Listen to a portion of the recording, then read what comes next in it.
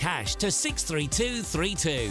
One entry costs £2 plus one standard network rate message. Or text bonus to 63232. 5 entries cost £5 plus one standard network rate message. Go to gbnews.com/win. Entries start from just £2. You can call 0903 681 3232. Calls cost £2 plus your network access charge. Or post your name and number to GB10 PO Box 8690 Derby DE1 9TT. UK only. Entrance must be 18 or over. Lines close at 6 p.m. on the 31st of January. Please check the closing time if listening or watching on demand. Good luck. Sunday with Michael Portillo from 11, only on GB News. Restaurant St. Bart's executive head chef Johnny Crowe creates ramen with a British twist, using only the finest UK-sourced produce. As the only restaurant in London to hold both a Michelin star and a green Michelin star, St. Bart's emphasises sustainability and the diversity of British ingredients. Johnny joins me now.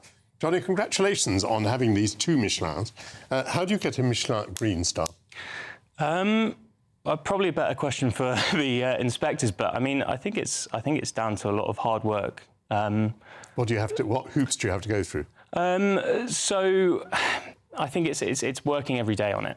Sustainability isn't something that you just achieve and then therefore you have it and you can sort of relax. It's about every day trying to be better, trying to make a restaurant and a business that is overly sustainable. So what things do you do to make it sustainable?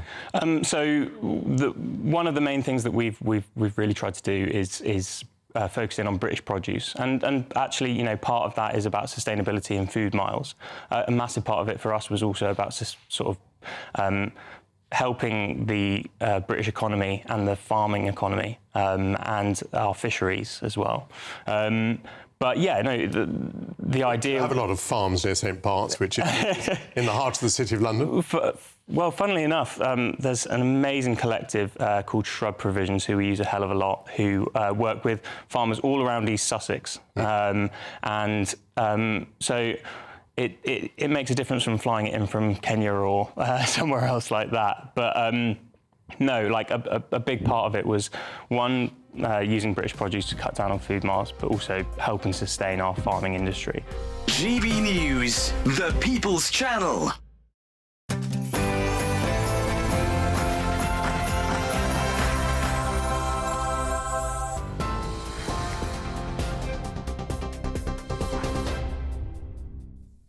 Hello and a very good evening to you. You're with GB News. We'll be joining Josh and the team for Free Speech Nation very shortly. First, though, a look at the headlines just after 7 o'clock. Well, the King and Prime Minister have paid tribute to the victims of a devastating plane crash in South Korea that took the lives of 179 people, including, sadly, a 3-year-old boy. King Charles has described the loss as profoundly saddening, offering prayers for the victims' families and their loved ones. Footage showed the Boeing jet landing without wheels before skidding off the runway, crashing into a wall and then bursting into flames. 2 crew members were pulled to safety and remain conscious, according to local officials. That crash is one of South Korea's deadliest air disasters, and investigations are now underway into whether a bird strike may have caused the gear failure. Well, travel and aviation expert Sally Gethin has been speaking to us today about the events that may have led up to that crash. Seems to have suffered a catastrophic bird strike, which might sound nothing in the scheme of things, but actually, when you consider the powerful engines on board, any bird strike is very critical in a case like this. And that triggered a chain of events where the pilots could not keep in control. They could not deploy the landing gear in time. And then they ran out of runway effectively at that point. They skidded off the runway and they ran right into a wall. They have recovered one of the black boxes. Once they've recovered both black boxes, the investigation will begin properly. Sally Gethin there speaking to us about the incident in South Korea. Turning to another fatal crash, and the Azerbaijan Airlines plane over Russia was caused by a shooting from the ground, according to the country's president. Ilham Aliyev has criticised Russian officials for trying to, he says, hush up the truth about the crash, accusing them of sowing false narratives about the causes. It comes after Russian President Vladimir Putin did apologise for what he described as a tragic incident after Russian air defences fired on the plane. But the UK has dismissed that apology from Putin, calling for now a full and independent investigation. The government says that ruthless criminals are responsible for the deaths of 3 migrants today after a small boat capsized in the English Channel. A major rescue operation near Calais in the early hours of this morning saved 45 people, with 4 still in hospital. It follows news that now 1,300 migrants have crossed the Channel since Christmas Day, despite the government's promise to smash the gangs behind the crossings. 7 people have been arrested today after an 18-year-old man was fatally stabbed in Derbyshire. Police found the victim on Rose Avenue, but despite emergency efforts, died nearby. Among those arrested are 4 17-year-old boys on suspicion of murder, while others are accused of helping an offender. Detectives say they're treating the case as isolated and are now appealing for CCTV and dashcam footage to help with their investigation. And wet winter weather is looming as the UK is bracing for rain, possible snow and 70-mile-an-hour winds this new year. Yellow warnings cover Northern Ireland, Northern England and Scotland from Monday, extending nationwide by the middle of the week. Heavy rain could also bring flooding to Wales and western Scotland, while northern areas face up to 10 centimetres of snow and possible blizzards. And travel disruption is also expected across the UK, with forecasters urging people to check for updates before heading outside. Those are the latest headlines. Your next update at 8 o'clock. Now, though, it's over to Josh and the team for Free Speech Nation. For the very latest GB News direct to your smartphone, sign up to News Alerts by scanning the QR code or go to gbnews.com/alerts. Welcome. This is Free Speech Nation.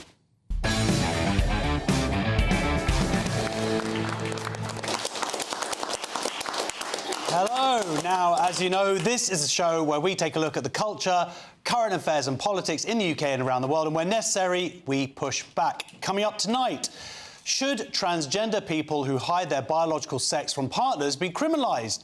The Crown Prosecution Service doesn't seem to think so. We'll learn more from criminal defence lawyer Paul Britton. As Jewish artists and cultural figures claim they're being frozen out of cultural life in Britain, is censorship now becoming increasingly anti-Semitic? Investigative journalist Andrew Gold reveals all. And is celebrated TV producer Phil Redman right to urge British broadcasters to break the rules and push back against the industry regulator Ofcom? Former BBC presenter Roger Bolton gives his expert analysis. And, of course, myself and my fantastic panel will be answering questions from our wonderful studio audience. My comedian guests this evening are Cresta Wetton and Paul Cox. Hey, give yourselves a round of applause. Look at you, look at this beautiful audience coming out here. Dazzling. In between Christmas and New Year's. They should be home, they should be drunk. Maybe they still are drunk. I don't know. But thank you so much. Look, they've come out colour coordinated, there's orange everywhere, it's lovely. And we've still got a Christmas jumper at the back. Cling on, mate, cling on to the very end there. So, how are you guys doing? Merry Christmas, Happy Hanukkah. It feels weird to say this on I'm saying it to you like on a television where, hey, Merry Christmas, Cresta, like I haven't seen you all week. But Merry are you Christmas, okay? Josh. Merry Christmas, yes, officially. I am. I've had some alcohol this week, so it's been unusual. Generally easier as a result. Yes, I'm thinking of taking it up as a permanent hobby. I'm not. How was your Christmas? I've had no alcohol. All I'm doing is waiting. I've got 2 more days of work and then I'm going to get wasted. What about you, Paul? How you been? Similar. Yeah, we've worked all through. All 3 of us saw each other on Christmas Day. Spent it with my real family. We were so happy to see each other, weren't we? Christmas Day evening, when everyone else is eating peanuts and drinking themselves silly, we're all here reading about trans people. Well, it's wonderful. It's quite. What's interesting is how many stories there have been this week. Normally, it's a bit of a dead week for news, and certainly along this kind of issues. But every day they have not let us down. Thank you very much. Yeah, there's been a lot of news. Indeed. Well, anyway, let's go to our audience. Let's go to our first question.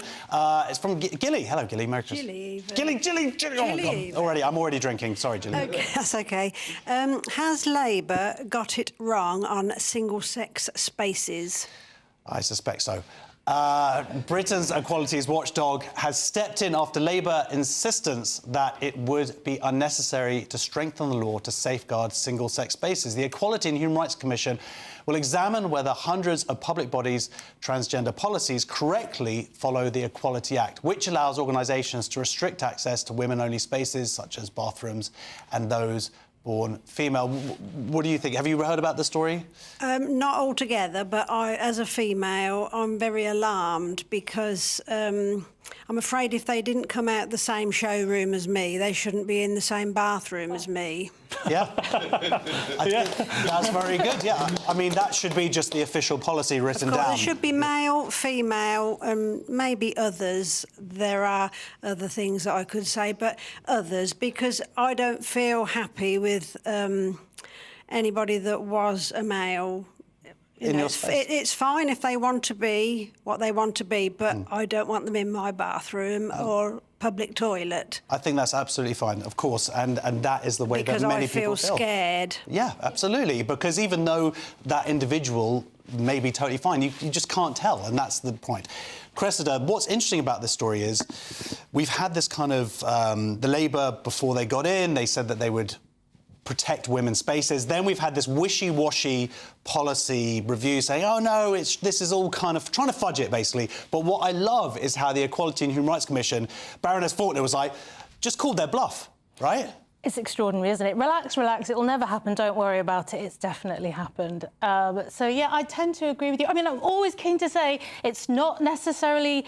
You know, it's not people who are trans acting in good faith. It's just a loophole for wrong-uns. Close the loophole. I don't like loopholes. No, exactly. But what do you think about this? I mean, it's incredible that it takes the EHRC to come in to fix the government. Surely the government should be leading. Well, you think so? It was good to see Gilly in the toilets earlier at GBNews. That whole showroom thing didn't seem so funny at the time. I mean, did you notice how venomous she was? She was looking at you the whole... Like, I don't want men! It was like a lived experience for Gilly. Look, you've hit the nail on the head here when you say... when the EHRC are the ones now stepping in and saying, whoa, we've got ourselves to a point. But Labour are going, look, there's nothing to see here, there's no problem. Which is immediately, by the way, if any politician tells you there's nothing to see and there isn't a problem, there is plenty to see and there's a massive problem. So the fact the EHRC are stepping in, which is the arbiters on this, tells us that we've got a problem and it does need looking into. What they're actually saying is the policy as it exists is probably not being followed through properly. So any not doing anything would just exacerbate the problem. Yeah, no, it's like I say, it's incredible. But it just made me laugh because essentially she wrote to the Home Secretary, she just said, OK, well, then why don't you send us all the cases and we'll decide? Yeah, it's brilliant. Which is ridiculous. Right, our next question is from John. Good evening. Hello. Hey, mate. Should TV channels re-edit classic films because they're not woke enough? Yes. So, should TV channels re-edit classic films? So this is based on, Channel 5 recut the 1986 cult classic Crocodile Dundee to make it appropriate for a pre-watershed audience. But those that tuned in for the blockbuster hit said the heavy editing left the film not making any sense. Both scenes where Dundee turns aggressive after learning a woman is trans and one where Dundee asks the limo driver's heritage were removed. It's about 10% of the film. Have you seen it? It makes me so angry, I just want to cough. You're a fan of Crocodile Dundee? I am indeed. I didn't see the film, but I'm very well aware of this. It seems we assume the audience is very delicate. We have trigger warnings, we have re-edits, and things are taken out of their historical context. Exactly. Absolutely. I mean, John, that isn't a microphone. This is a microphone. No, OK, fine. That's a little reference there for those people. Yeah, I mean, Paul, this is like a classic from our... I'm going to you first, because you're just a little bit more my age, I think, where this is like a childhood... Yeah, it was a great film. 1986 was the film. It was a great film. And it's not even of its time. I mean, we're now saying the 80s is scary. I mean, no one mentions Boy George. He terrified me when I saw it as a kid. Crocodile Dundee was just good fun. It really bamboozles me, this particular story, because they put it on early evening. Now, if they thought, if it was a watershed issue, just leave it for 2 hours, let everyone enjoy the film as it's supposed to be enjoyed. But if it's a censorship issue, then we really are we really do have a problem. It's like Mary Whitehouse has won. Yeah. Well, I would say it's actually even worse than that, because I think, Christys, it's a self-censorship issue. There's nothing there as to why that they would have to cut the seam with the trans person. Come on, Josh, you work on Free Speech Nation. I think had they let it go out, there would have been a lot of trouble. But having said that, there wouldn't have been trouble from me. I think it's brilliant. But there wouldn't have been trouble from Ofcom, is what I'm saying. They could have put it out there. May have got a few complaints from it, but that doesn't mean that they've broken any rules. No, not any Ofcom rules, but I'd be very surprised if somebody somewhere didn't have something to say about it. But it's a great film. I mean, when I wasn't born when it was made, but yes, I was. I mean, the point is, I was little and we watched it as kids, my brother and I. We absolutely loved it. Paul and I were saying, there's nothing bad in Crocodile Dundee. And then we started going through the article. Oh, yeah, there was that bit. Oh, there was that bit. And you realise how tastes have changed quite a lot. Maybe, but it's not like using particularly pejorative words necessarily. Yeah, sure. It's more just little bits. Like I said, it's just a very funny scene where he doesn't realise that person, he's from the outback, he comes to New York, he sees someone who's trans, and he's getting chatted up. Doesn't get consent, though, does he, before he invades their personal space? That is true. That is maybe right. And then there is a very funny... The trans person doesn't complain. As I recall, she's quite enthusiastic about the encounter. Yes, so maybe that's whatever it is, watch it, but obviously watch it, the uncut version. I can't believe I'm even saying the uncut version of Crocodile Dundee. Of a children's film. That is terrifying. Right, our next question's from Roger. Hello. Hey, mate. Should male menopause be recognised by the NHS? Should male menopause be recognised by the NHS? Yes, so the NHS has issued a fact sheet for men going through male menopause or andropause, despite it not being clinically recognised. The document claims that the male condition normally starts in the mid-40s, early 50s, as testosterone levels drop, with symptoms including depression, weight gain and mood swings, and it's not written here, but baldness. What do you think about this one, Roger? I don't think it exists. Really? Yeah. I mean, you change as you age, of course, we all do, but I don't think it's a real... I don't think it really exists. So you didn't have any of these symptoms in your, when you go through your 40s? You're not convinced? I think we age and we change with age, don't we? I don't think it's a... Well, it could be called ageing, I guess, but... I mean, look, I don't know why I'm going to you straight away. Sorry. I do. About this. But what I think the big thing is that testosterone is proven to decrease, but it's a much different rate than it is with women. Yeah, there's two sides to this story. Not that they're testosterone. Some women's testosterone is through the roof, Josh. There's two sides to this story. One is that does the male menopause exist, side A. The other side is women going, hang on a minute, you've barely taken the menopause seriously enough yet, and now we're starting to talk about the male menopause. So there's two issues there. With regards to the male menopause, well, I don't know. I mean, I'm right in that window. I'm 45, so no signs of it yet, not overweight. Not depressed. Not deluded. Not deluded. so there's no signs of it yet. I mean, with regards to the female menopause, that's a much bigger issue, which I think Christys should talk about.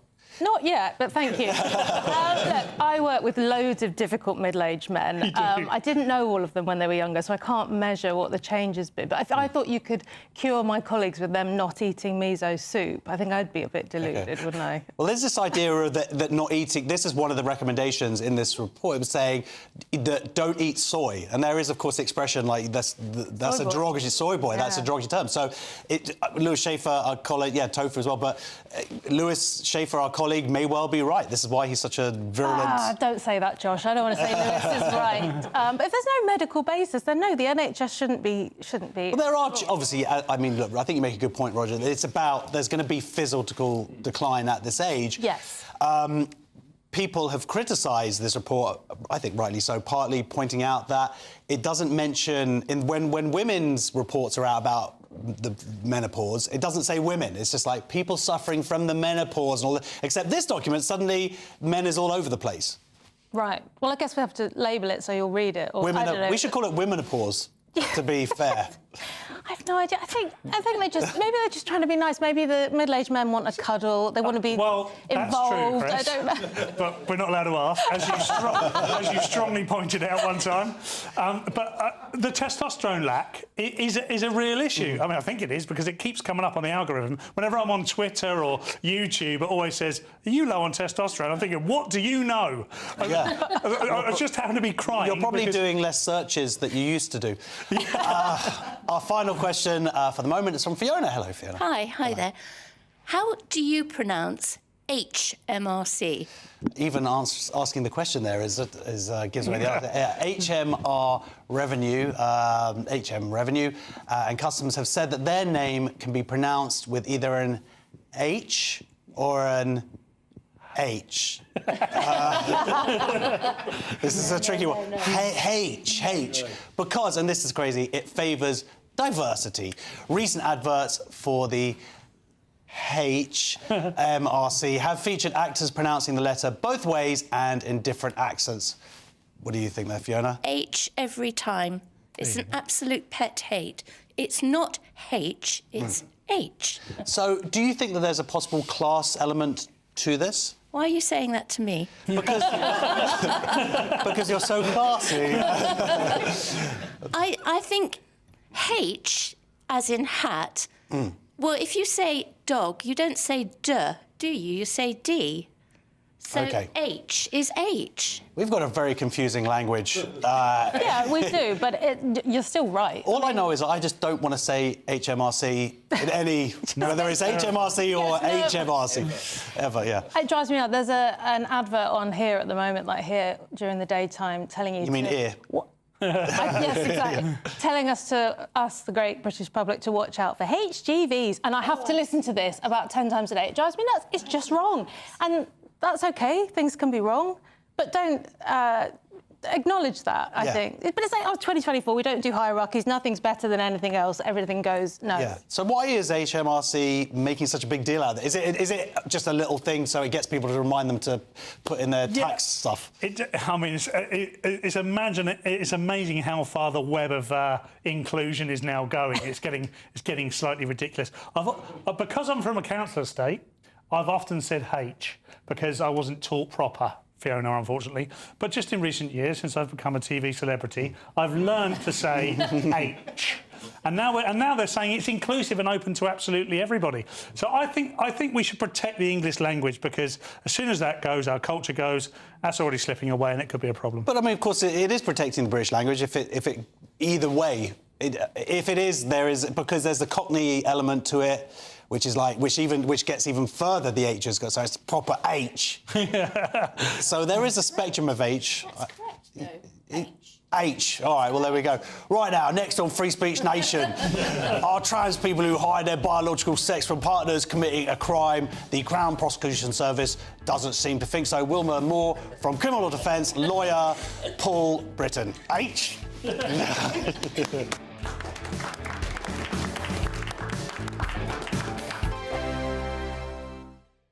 This is GB News, Britain's news channel.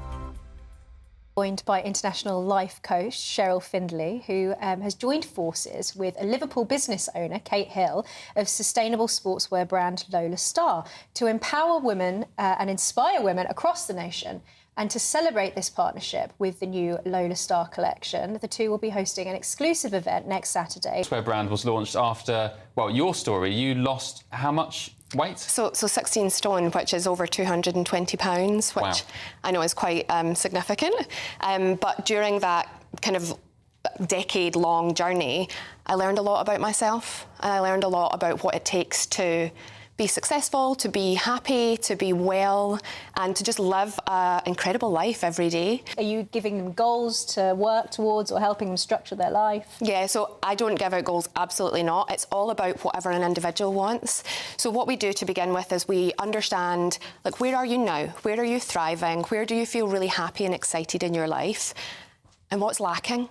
Like, where would you like to feel better? Where would you like to improve? And then we take it from there. I'd love to take that on board. I'd love to be my true self and fulfil my potential. So have you got any practical tips on how to do that? Yeah, so we start with clarity, right? Like, you need to know, it's such a busy, fast-paced world we live in. There's so much sensory overload. You know, it'd be so easy to be distracted. So we need to kind of quiet all that noise down and start with, where do I want to focus? Pick 2 or 3 things. Where do I want to focus? And then we define the goal. What would I like that area of my life to look, not just look like, but feel like? And then we take it from there. So that's where you would start. I actually had a cancer diagnosis in 2019. Aye. And I just decided if I was going to be lucky enough to be on the other side of it, I wasn't going to play small anymore. GB News, the people's... Good Afternoon Britain isn't just about us. The wonderful thing about this programme is it's about everyone watching. It's an interactive programme. Well, there absolutely is something to see here, and we're going to be talking about it more. Whether it's breaking royal news, Will, please bring us up to date, or indeed a particularly punchy speech in the House of Commons. Very, very curious. We bring it to you live, and then we bring you live reaction as well. That's Good Afternoon Britain, weekdays from midday. Only on GB News, the People's Channel, Britain's news channel. Hi there, I'm Michelle Dewberry, and I'm going to take a second to tell you all about my show, Dubes & Co. We start off with the issues of the day. We then bring in both sides of the arguments. We get rid of the disrespect. And then you throw me into the mix. And trust me, I'll tell it exactly how it is. And then, of course, the magic ingredient, you at home. We mix it all together, and what have we got? In my opinion, the best debate show in town. Monday to Friday, 6 till 7 on GB News, Britain's news channel.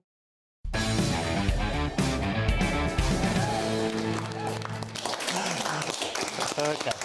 Welcome back to Free Speech Nation with me, Josh Howie.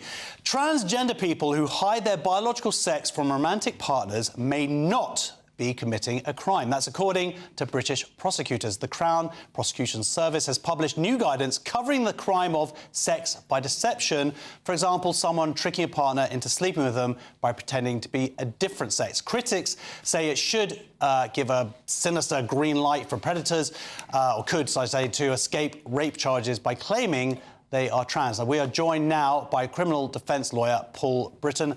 Paul, thank you so much for joining us. Thanks for having me. It's a little bit complicated, this. Let's just start. What is sex by deception? Just so people at least understand the basics. So the McNally case in 2003 probably sets it out the best. I mean, it's 21 years old now. McNally was born a girl, female. She changed her sex or started to act like a boy and dress like a boy and deceived a partner, a female partner, into having sex. That individual obviously didn't give consent to have sex with a biological female, and when there was roughly 4 occasions that it happened, when it was found out that the boy, McNally, wasn't a boy, was a girl, then there was a criminal offence and McNally was prosecuted.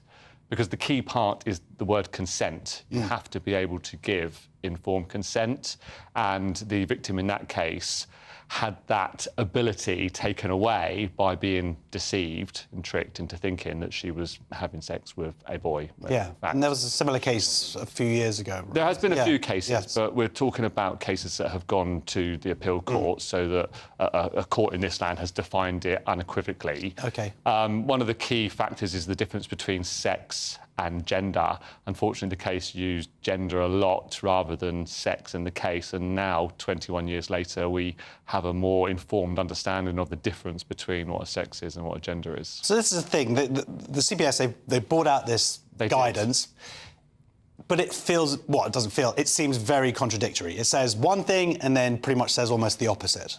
Well, I mean, you said it on your intro there about cynics and people who are cynical about it. It doesn't give a get-out-of-jail-free card at all, but it does use language that can antagonise someone who doesn't want to really read this sort of material and buy into it, so people that are sceptical of it in the first place. Okay. For example, you and I became commonly known as cis men that were born male, and we identify as male later on in life. We become a cis male.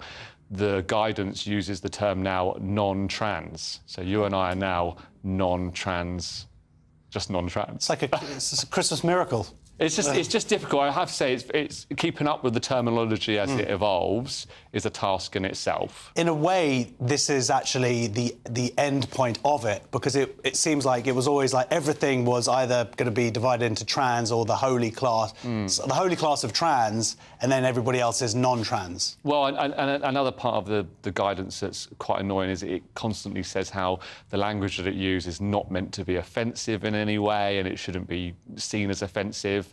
It also says that when it talks about trans people, that it's in no way suggesting that those sort of people are deceptive or would deceive someone. It is just general guidance. So it is kind of wrapping the reader up in cotton wool, for want of a Well, better I mean, word, talking about before we read offence on. then, what about people who aren't trans now being referred to? I don't want to be referred to as a non-trans person. I want to be referred to as a man. I'm sure women want to be referred to as women, not as a non-trans. Yeah, I mean, who would have thought we'd even have to consider these things at our stage of life? You know, I was born in the 80s, grew up in the 90s, and I never, ever once thought that I would have to think about how I was just always a man. It was very simple for me. But now, as a society, we are forced to think about these things so as to not cause offence or to commit an offence.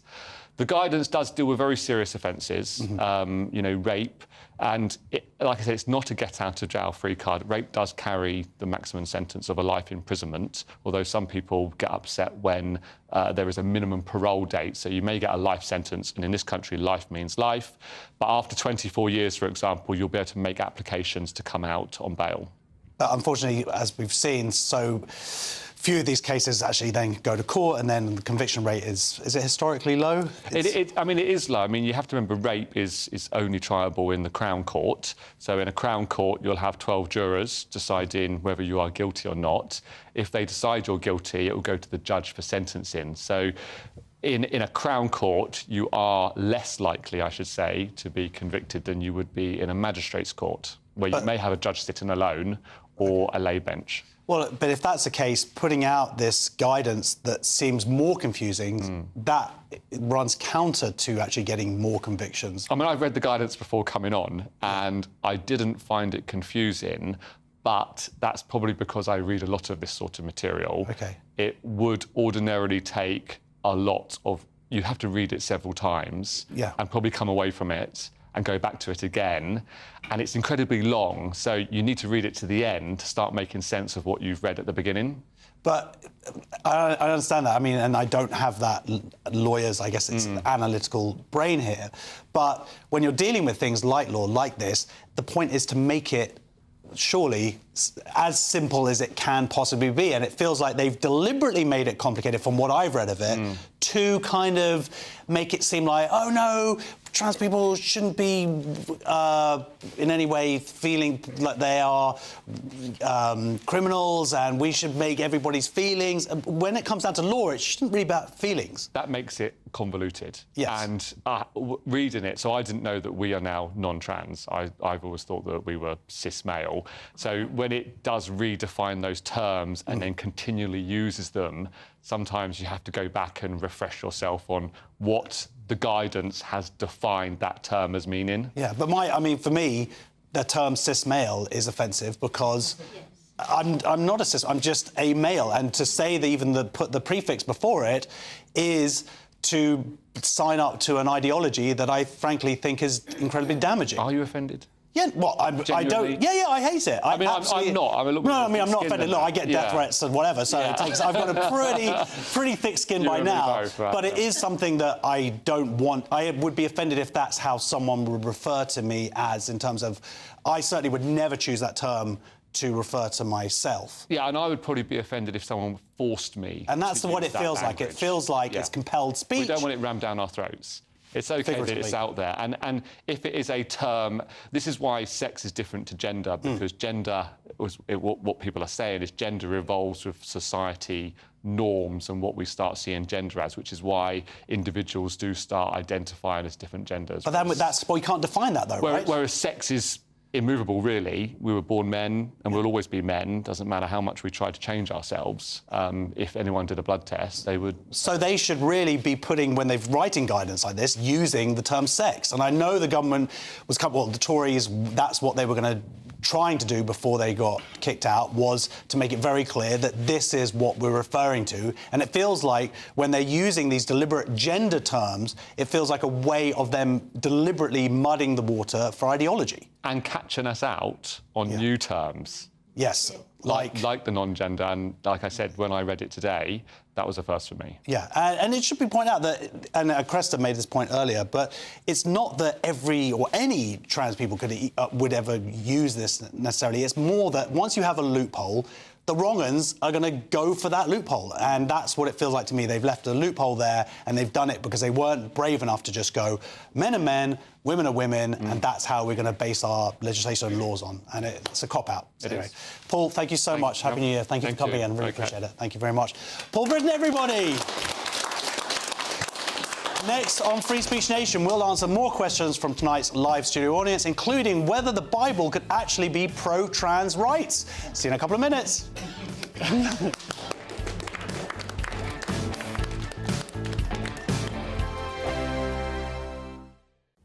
Hello there, welcome to your latest GB News weather forecast.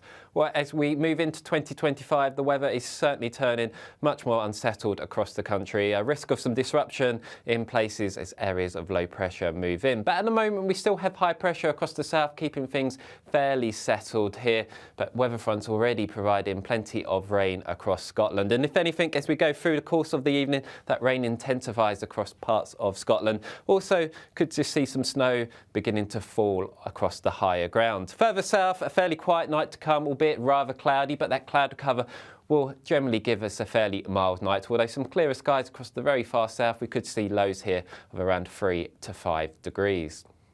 So if we start Monday morning across Scotland, it's going to be a wet and potentially snowy start for some of us. Warnings are in force right throughout Monday, and that will continue into New Year's Eve and potentially New Year's Day too. So if you do have any Hogmanay travel plans, do stay up to date with the latest warnings. The rain also beginning to move into parts of Northern Ireland and Northern England too, but the further south you are, generally a dry start with maybe a few glimmers of sunshine.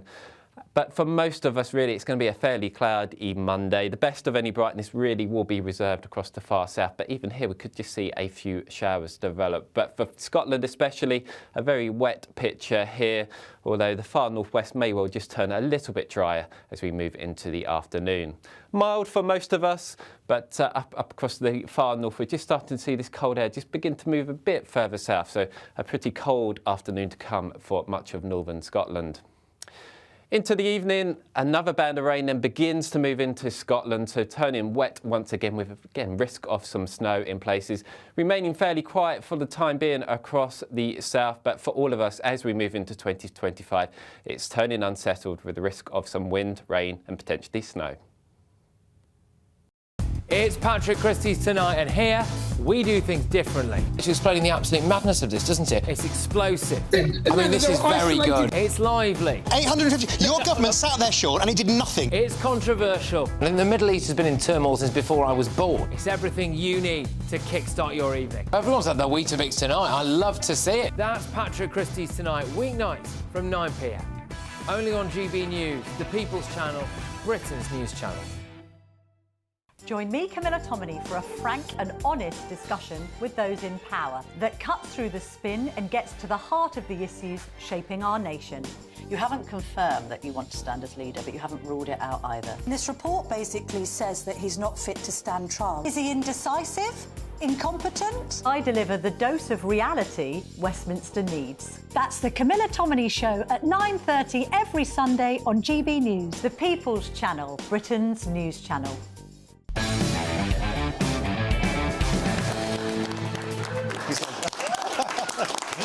Welcome back to Free Speech Nation. Let's get some more questions from the audience. Our first question's from Harry.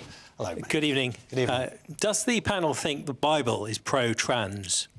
Yes. So, according to guidance promoted by an Anglican campaign group, the Bible is pro-transgender as it contains clearly queer characters. This argument rests on the treatment of eunuchs in Scripture and women taking part in aggressively masculine activities in the Holy Bible. What do you think about this? Do you always read it as a pro-trans? Well, I think in the case of the Old Testament, the answer unequivocally is no.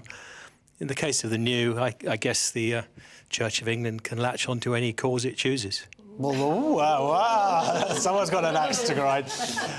It's an interesting one, Christys, because the thing about the Bible, the Torah, whichever version you want to call it, is, of course, it is open to interpretation. Certainly is. And I've not heard this idea, though, before that eunuchs means that they, them, or they don't have a chance. Like, if you're a eunuch, you're a bloke without one of these. Yeah, That's all it is. I think it's not the same thing at all. No. Not remotely. I know a bunch of eunuchs, and they are really masculine. Well, that's a great point. Not to laugh at any eunuchs watching, but no, I mean, it's just modern spin, isn't it? As a wise man said recently, we have learned in 2024 that the people in the church might not be reading the Bible very often. That was me, by the way. It's total interpretation.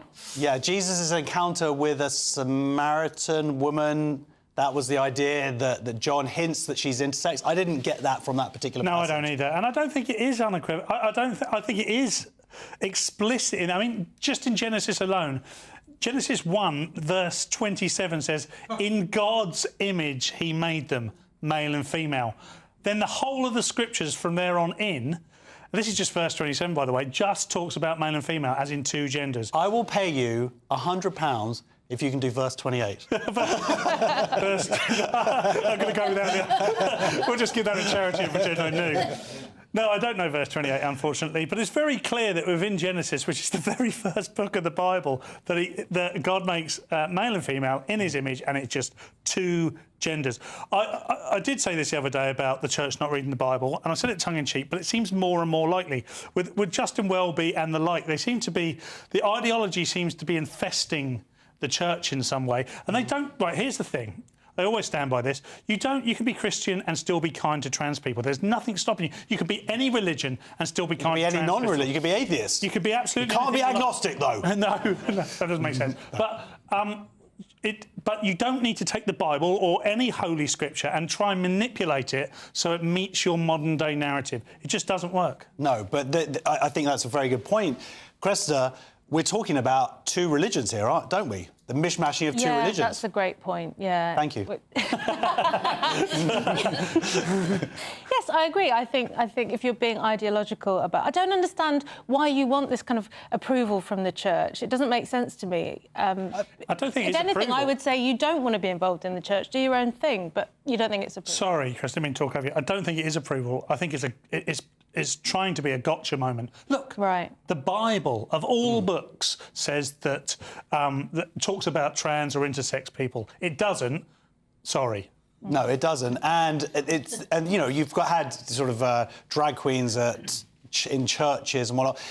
Of course, the irony here is that the thing that they're pushing actually prove the opposite of their point. They're saying, and it's arguably sexist, so they're saying that a woman leading people into battle, well, that person must be they, them. No, that was just a strong human being who happened to be a woman, and it's just trying to say, well, women can't possibly lead people in battle.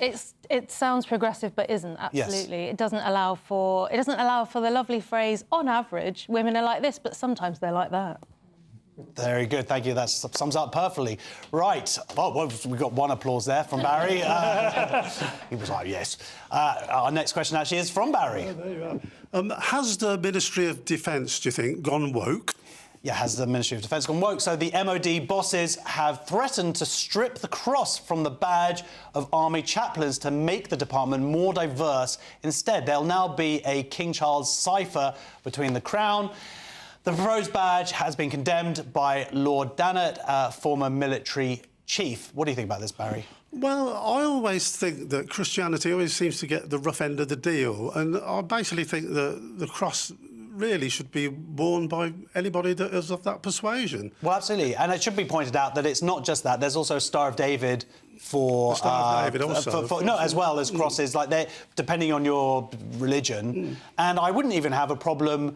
of course not. Having, you know, a Muslim for an imam who's part of that chaplain. That's part of it.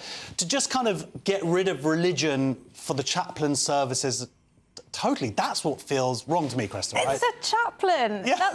They've got one job. Let them do it. It's kind of the opposite of the last story, isn't it? Now we're taking out religion where we should have some. It doesn't make sense. Yeah. What do you think about this? Yeah, again, this is trying to deconstruct religion in some way to appease an unknown, ever-offended person. I'd be very surprised if there's anyone in the army in particular asking for this. This will be coming down from the bottom, from the top, and cascading down. And I just don't think there's any need for it. There's a need for religion in the army. I mean, wait till they see what happens on the battlefield. I mean, you are going to be praying to God then, I can tell you. Yeah, well, I mean, I think it's 6 people have had the Royal George's Cross who are part of the chapter service. Considering that they don't carry any weapons, I mean, that would indicate incredible bravery. So why not be able to have a symbol of their religion as well? Absolutely. Yeah, I mean, it's the basis of everything they do, isn't it? It's bizarre to not have it there. Even if it wasn't there, that's still what's driving them, so it should be. Yeah. You know what? We've got only a minute and a half before the break. I want to do one question, which actually someone wrote in to Free Speech Nation at GBNews.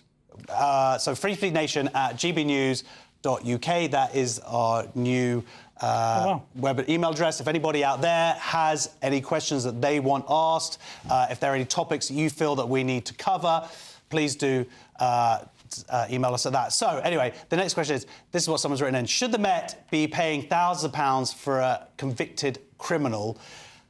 This is the story. Scotland Yard basically paid £5,000 to someone in an out-of-court settlement because there was a 17-year-old unlawfully imprisoned who was wrongly accused of being at a pro-Palestine protest. The irony is, of course, that this person later on, they're now 20 years old and they've just been convicted of charges relating to protests and they've just received a 15-month sentence, suspended for 12 months, and for causing £100,000 worth of damage. So, Paul, it's like... Yes, of course, when you are arresting 17-year-olds, you have to be pretty careful, I imagine, whether they did it or not. But as it is, it turns out this person has now gone on to commit crimes after the fact. And they are the archetype as well. The person who's now 20 has been convicted, so I'm safe in saying it's reported. Yeah. Their name is Xanthi Wells, which sounds like a spa retreat. Yep. And they, them, they're a they, them. They, them, they are a they, them. And they were protesting in favour of Palestine long before October the 7th. So I'm not sure what they were doing other than letting the world know they dislike Jews. And then when it came around, I bet they couldn't believe their luck and they found themselves able to protest. Well, but you have to remember in the first incident, they weren't. They were just in an Instagram post with somebody who was. Yes. And there was some grainy CCTV footage, and this led to them being arrested and held for 6 hours, which apparently is worth £5 grand. That's crazy, isn't it? Police, you know, look, I think we all know my position on what's going on in Gaza and Israel, but I'm just saying, police, if you want to arrest me for 6 hours for being at a pro-Palestinian protest, I'll take the £5 grand very, very easily there. Not that I want to fulfil certain stereotypes. I shouldn't have said that at all. OK, next on Free Speech Nation, as Jewish artists and cultural figures claim they're being frozen out of cultural life, is censorship in Britain now becoming increasingly anti-Semitic? Investigative journalist Andrew Gold reveals all. See you in a sec.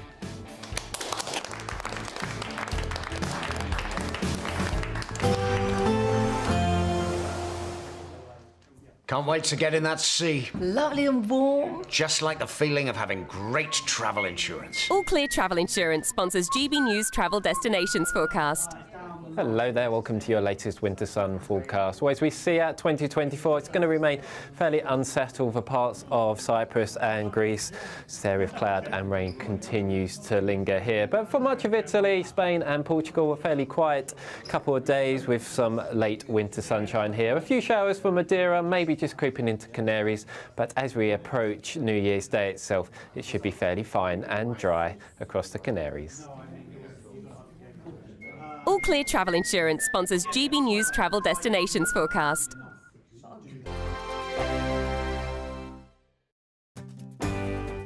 I'm Michael Portillo. This is GB News, the People's Channel, Britain's news channel. I'm Christopher Hope. From pop stars to politicians, I'll interview anybody in a pub who's got a political opinion. Join me every Friday on Spotify, Apple Podcasts, YouTube or gbnews.com, or wherever you get your podcasts. This is GB News, the People's Channel. I'm Nana Acquia. This is GB News, Britain's news channel. GB News Breakfast, every day from 6 a.m. the way in which children are being driven online because we're not taking them seriously offline.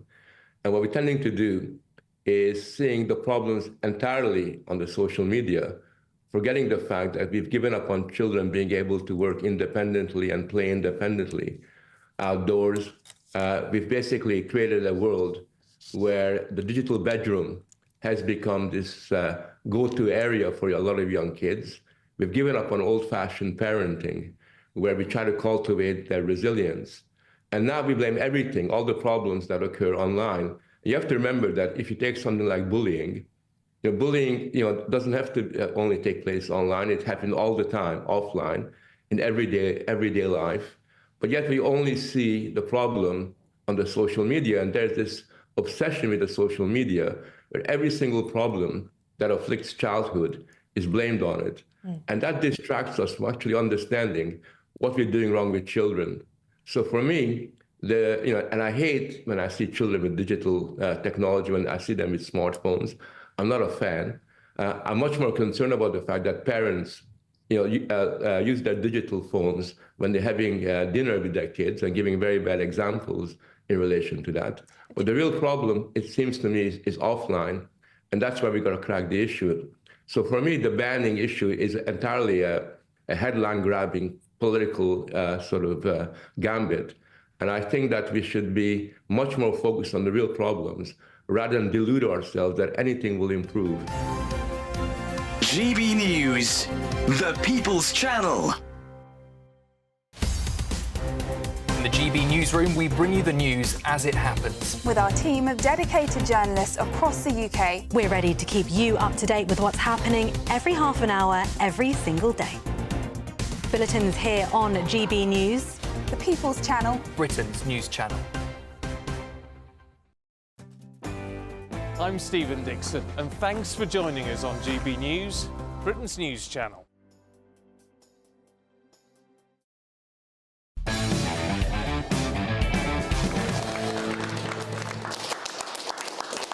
Hey, welcome back to Free Speech Nation. Britain's cultural world has turned its back on Jewish creatives. According to a series of allegations gathered by The Times, artists, writers and performers have claimed that they are being frozen out of British cultural life, all because they refuse to describe Israeli actions in Gaza as genocidal. A number of literary figures have described how they have been dropped by their agents because they refuse to use the word genocide, and how they're being excluded from literary festivals and other readings. Meanwhile, Michael Etherton, the head of the UK Jewish Film Festival, said cinemas have made it impossible to make bookings. Joining me now is investigative journalist and former BBC documentary presenter Andrew Gold. Hello, Andrew. Thank you so much for joining us. Have you been aware of this phenomenon?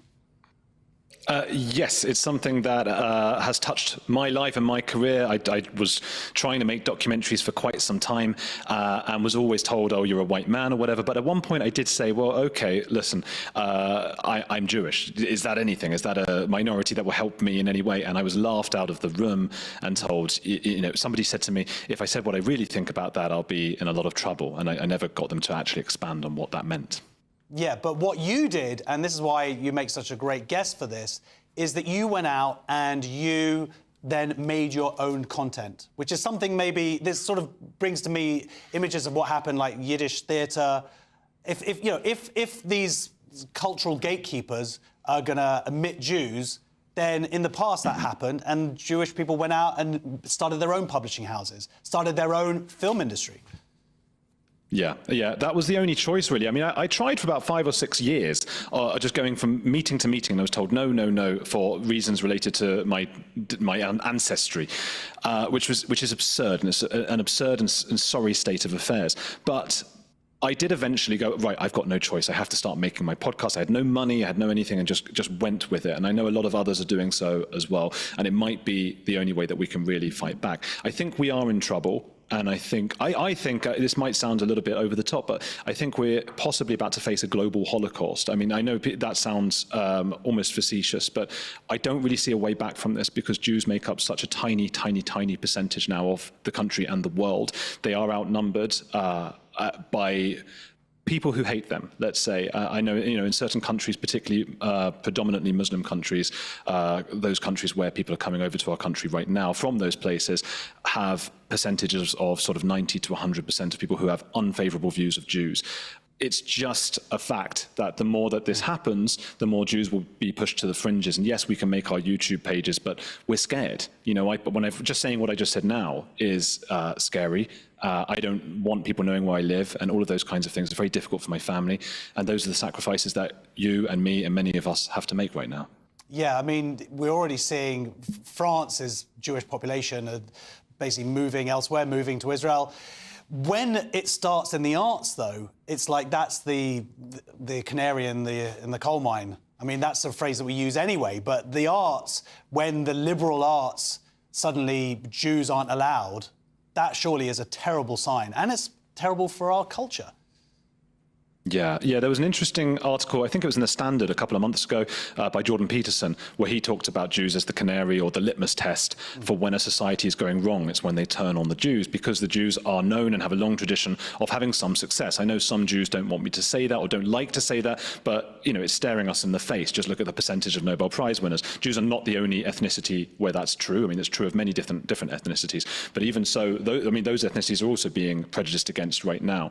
I won't list them just to not make things more complicated. So right now we're in a society that doesn't value meritocracy, does not value success, and whether that success is real or just perceived, it does hang over the Jewish people like a dark cloud right now in this society that favours just equity and, I suppose, wokeness. Yeah, well, talk about meritocracy. Let's talk about what you've been doing. I'm a very big fan of your podcast, Heretics. It's fantastic. You've got a new channel out, and there's a very funny clip, if we can just play from you going up to Leeds this week, right? So we're just going to quickly play that. Narcissists don't have enough empathy to ever listen to people like me. That's why we will continue to go round in circles, because you will never... She's hardly spoken. Fine, speak more then. I mean, that you must... I don't know how you kept a straight face to continue that interview going. But it is a serious thing. You following this woman who we've actually had on this show, who's basically been cancelled from her university. Leeds, I was up there doing gigs only recently. That's where you went to university. I mean, were you shocked by what you found up there? Not entirely shocked, because I expected it. I'd interviewed Philip Kiseli, who's a professor up there, who told me that he was he had like an Islamist attack on him, some sort of poster campaign against him, and that anti-Semitism was rife there. So I knew what to expect. I saw some of it when I was there 15 years ago, and obviously things are just, as Philip said, have gone on steroids right now. As you point out, that was Connie Shaw, not the one speaking, who fell foul of Leeds Student Radio because she holds gender-critical views. She's been booted off of that. She's under all sorts of investigations now, and that woman who was screaming at her has become a bit of a star now because of this video, because she came down specifically for it. She had heard that we were going to be interviewing Connie, and she really wanted to give it to her. And that was, I mean, look, we had to cut it down because it's a documentary, so that's 2 minutes. She spoke for like half an hour. We couldn't stop her speaking, and I feel a bit bad for her because I think, she's young, I feel bad for you because I'm going to have to cut you off now because we're going to go to a break. But thank you so much for joining us. You can catch up with Andrew's latest investigative journaling at his YouTube channel, @Gold. Andrew Gold Investigates. That is the end of the first hour of Free Speech Nation. Don't go anywhere. See you in a second.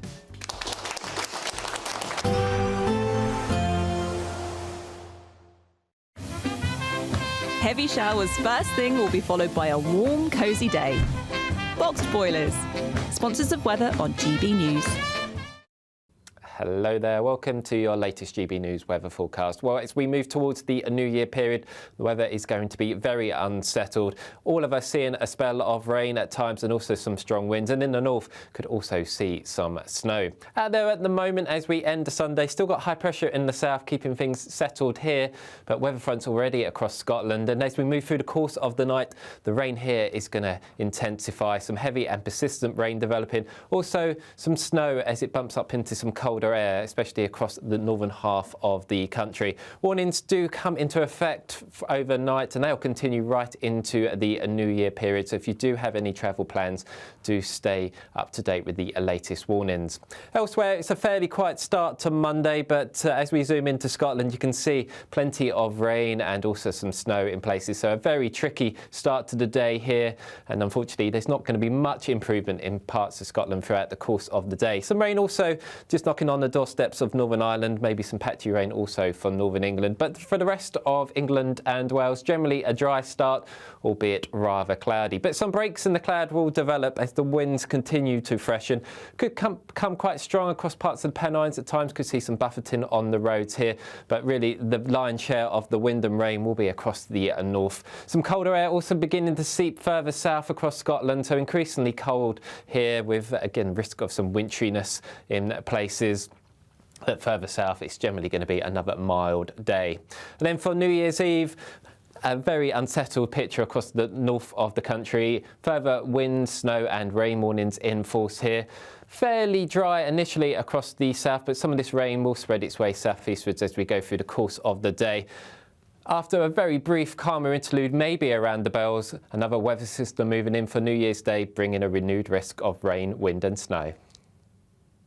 Expect a warm front, moving from the kitchen right through to the rest of the house. Boxed Boilers, sponsors of weather on GB News.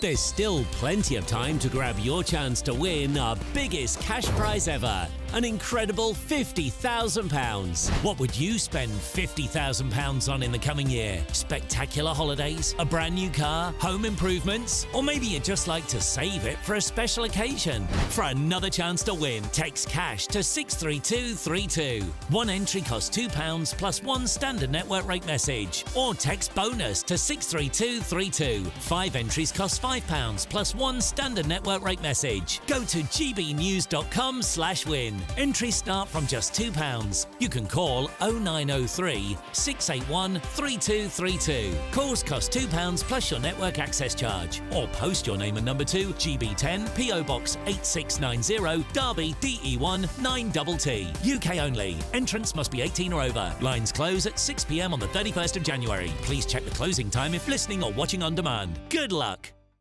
This is GB News, Britain's news channel. Recruiters are warning that if you're not tech savvy, you could be missing out with your CV failing to make it through an AI-powered sifting process. So we've gone from sort of computer says no HR people ticking boxes to AI, right? Is that right? Yes, well, this applies once you're in the job as well, as a recent report revealed that employees expect AI will manage an average of a third of their tasks within the next 12 months. Well, joining us now to discuss this is Cosmo Curry, founder of Van Kaizen, a leading company in technology recruitment. Morning, Cosmo. Morning. Good Hi, morning. Ben. Well, yeah, Hi. thank you for joining us. It's very interesting, isn't it? Because AI is, of course, on the rise and now in the workplace and in universities and things. Another article came to mind. There was a student recently, I think it was in the news just the other day, that got in trouble for using AI. So there's, you know, for exam purposes and essays. So there's lots of different ways that it can be a good thing and a bad thing. But you're, of course, here to talk about the ways in which AI is a good thing within the workplace. Absolutely. I mean, AI is here to stay, for sure. And we're seeing this rise of people using it in such a clever format. And the other side of it is also we're seeing people who are using it and during the process of that, they are losing their character. We're losing the actual insight into the individual behind that. And so we've kind of got this kind of mix. And I think AI is phenomenal when you're looking at it from a point of view of optimization, point of view of speed, getting results.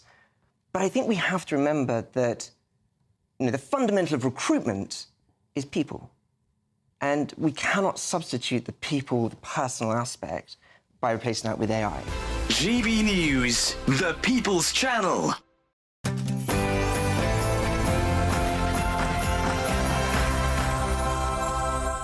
Plenty more still to come on Free Speech Nation this week, but let's get a news update first from Sam Francis.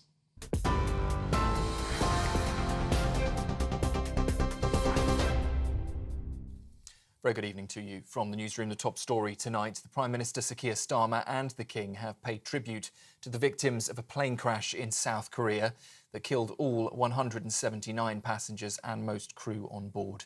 The Boeing jet carrying 181 people skidded off the runway, crashed into a fence and caught fire after its landing gear failed to deploy. Emergency responders rescued 2 members of the crew, while investigators now consider factors like a possible bird strike that could have caused engine failure. While the crash is one of South Korea's deadliest, with only the tail of the aircraft now remaining recognisable. Earlier, travel and aviation expert Sally Gethin spoke to us about the events that led to the crash. Seems to have suffered a catastrophic bird strike, which might sound nothing in the scheme of things, but actually, when you consider the powerful engines on board, any bird strike is very critical in a case like this. And that triggered a chain of events where the pilots could not keep in control. They could not deploy the landing gear in time.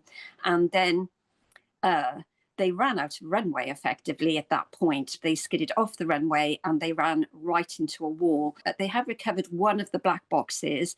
Once they've recovered both black boxes, the investigation will begin properly. The government says that ruthless criminals are responsible for the deaths of 3 migrants after a small boat capsized in the Channel this morning.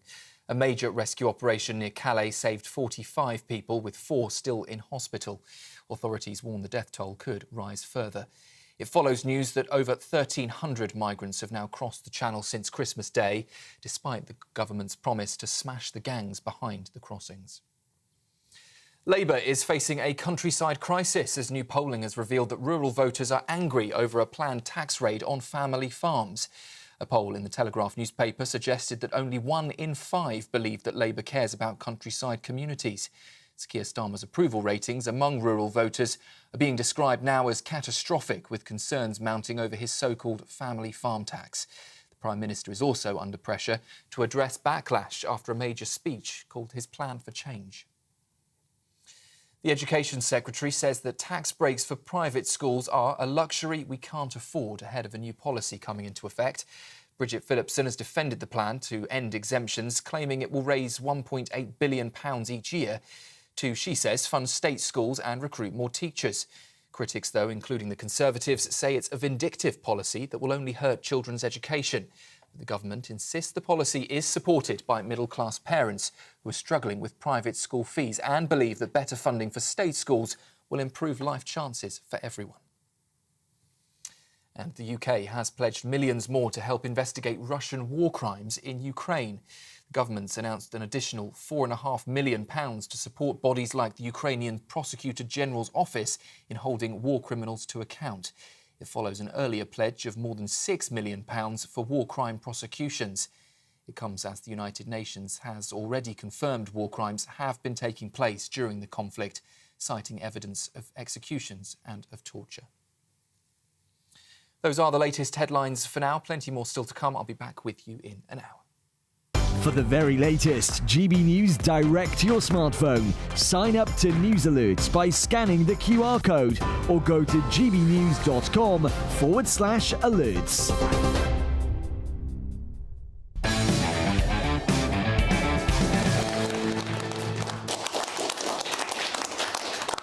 Welcome back to Free Speech Nation. Let's get some more questions from our audience. Our first question is from David. Hey, David, hello. Thank you. Is support for the assisted dying bill crumbling? Yes, so it's support, the assisted dying bill crumbling. It has been revealed up to 30 MPs who backed assisted dying could withdraw support at the next parliamentary vote. MPs are demanding amendments around the coercion and the role of doctors. The committee that will examine the next stage of Kim Leadbeater's assisted dying bill will begin hearings in the new year. Do you have any strong feelings about this bill? I don't think that the general public, I don't think the support is crumbling at all. I think what has happened here is that the opponents, having lost the first vote in the House of Parliament, in Commons, are now redoubling their efforts to try and get it kicked out. Mm-hmm. And I think it's very important those who support continue to press their MPs to continue the support for this very valuable bill. So you're pro the bill then? Very much so. Interesting. OK, very good. Thank you very much.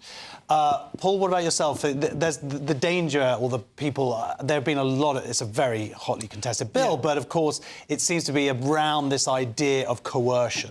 So The debate has still not gone far enough for me to make my mind up. Genuinely, There's nothing wrong with that. I cannot say where I am. I mean, I see it from both sides. Had you asked me this 10 years ago, without researching it in any way, I would have absolutely been for it. Yeah. Because it seems obvious why you would be for it, to me, to some degree. But now I'm not so sure. However, when they talk about it crumbling, they talk about the minutiae of the bill itself and how it will be enacted, how it will be put into action in the hospitals, etc. And one of the things that's puzzling me is one of the things they want to be looked at and perhaps removed is that medical professionals, i.e. doctors, are not to encourage terminally ill people or offer the assisted dying option to terminally ill people. Now, I would have thought that that is the primary reason to do it.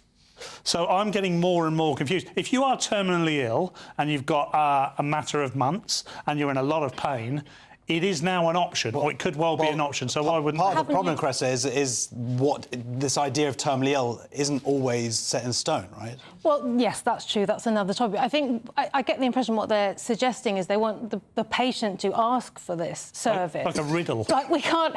There's something we could do, but we can't tell you what it is. Is that what they're saying? They want it to be like cigarette packaging, you know, you have to ask for the thing you want. Yeah. Rather than this idea that it's up on a chalkboard, you know, have you considered death? Which is what we hear about in Canada, that it's being suggested to people who are just depressed or just poor or something. There would need to be an etiquette of some kind. You would need to... because, you know, you don't want Uncle Barry, who sees himself getting the inheritance in the background, going, have you told him about the death option? I don't think that would be a good... I don't think that would be a good solution. So there would need to be some consensus on how you would approach it. Well, you mentioned Canada, this idea of the slippery slope, because we have seen people in Canada and parts of Europe now who have been arguably pushed down this path for mental health issues. Yeah, it's not because they're terminally ill. Yeah, tragically, what we have seen is people that are depressed being offered it as almost the second, sometimes the third option. You know, not have you tried antidepressants, have you tried psychotherapy? It's have you considered death? And I know I keep saying death as a punchline. You shouldn't smile when you say it. That's I know, that's the problem, isn't it? This is genuinely... I'll go back to where I started. The debate for me hasn't gone to the point where I've been able to make my mind up yet. This is literally a matter of life and death. And I think there's still perhaps some way to go on this. Yeah. Well, and the assumption is that the BMA are saying, look, we trust the doctors not to use death as a punchline. They're not going to be like Paul Cox. And we think that their medical expertise mean that they should be able to make... Because obviously doctors are trained in ethics. You say this, but these are some of these doctors, the BMA, by the way, have been pushing trans ideology, the leadership, and the same people have been pushing drugs onto kids. So I'm sorry, my faith in the goodwill of doctors is not set in stone. Hopefully I won't get sick. Soon. Right, our next question is from Peter. Should trans people be able to compete in women's sports? I wonder what we think about that. Journalists at the Associated Press and its members have sparked outrage after giving controversial Olympics boxer Emaine Khalif third place in their Female Athlete of the Year award. The Algerian won women's welterweight gold in Paris this summer, a year after being disqualified by the World Championships for reportedly failing gender eligibility tests. Cressida, she is the third best person. He, she, they... Good for best Imani. person. I won't be going in the ring with anybody of that stature. That's my personal opinion. Yes, I mean, the Italian boxer had to stop the fight after, I think, 40 seconds, saying this is the hardest they've ever been hit in their life. I've never been hit like this, yeah, absolutely. I mean, I know we keep saying it, but it is kind of the end of women's sport, isn't it? That's where this leads, inevitably. Yeah, I mean, Paul, did you watch any of the bouts? I mean, both people who have XY chromosomes, reportedly, both won their respective golds. And somehow people are celebrating women being punched in the face by a man. You really do need balls to compete in women's sport these days. That boxing in the Olympics of all the organisations this year was a travesty. A travesty because it's barely been 100 years since the suffragettes, and we are still finding ourselves campaigning for women's rights. And now it's legal and televised and a sport to go into a ring with a man and get beaten up, and the man will get the gold medal. And be celebrated and be the voted as the 3rd best female athlete of the year. So simply for me, trans people should not be competing with women in any sport whatsoever. No, of course not. But the fact that the Olympics actually push this, acknowledge this, as you say, and now it's being celebrated by the AP, and it has to be. The Associated Press I don't like the term woke, but they are a woke news organisation. Absolutely, that's what's so galling. It's not only that it's not fair, it's being celebrated as some sort of progressive victory, and it doesn't feel like that to me. Yeah, I didn't think that men beating up women was a good thing. Call me a traditional person. Right. So our next question's from John. Hey, John. Has feminism gone too far? Yeah, you were always asking that question, John. Every week we come to John. He's really got an axe to grind there. John, what do you think about that? Do you think feminism's gone too far? Well, what does feminism mean? Yeah, exactly, Great John. question, Do you want to stand John. up? Yeah, well, what does it mean to you, feminism? Well, if it did mean anything, it would mean being, fair treatment of women. There we go. Fair treatment, absolutely. So, yes, I mean, that's my philosophy, is that women, of course, deserve exactly the same rights as men, but nothing more. So... What do you think about this? I should explain what this story is about. Thank you, John. There is a new movement online of female influencers encouraging women to give up on gender equality and use men for financial gain, all in the name of feminism. They call themselves femcells.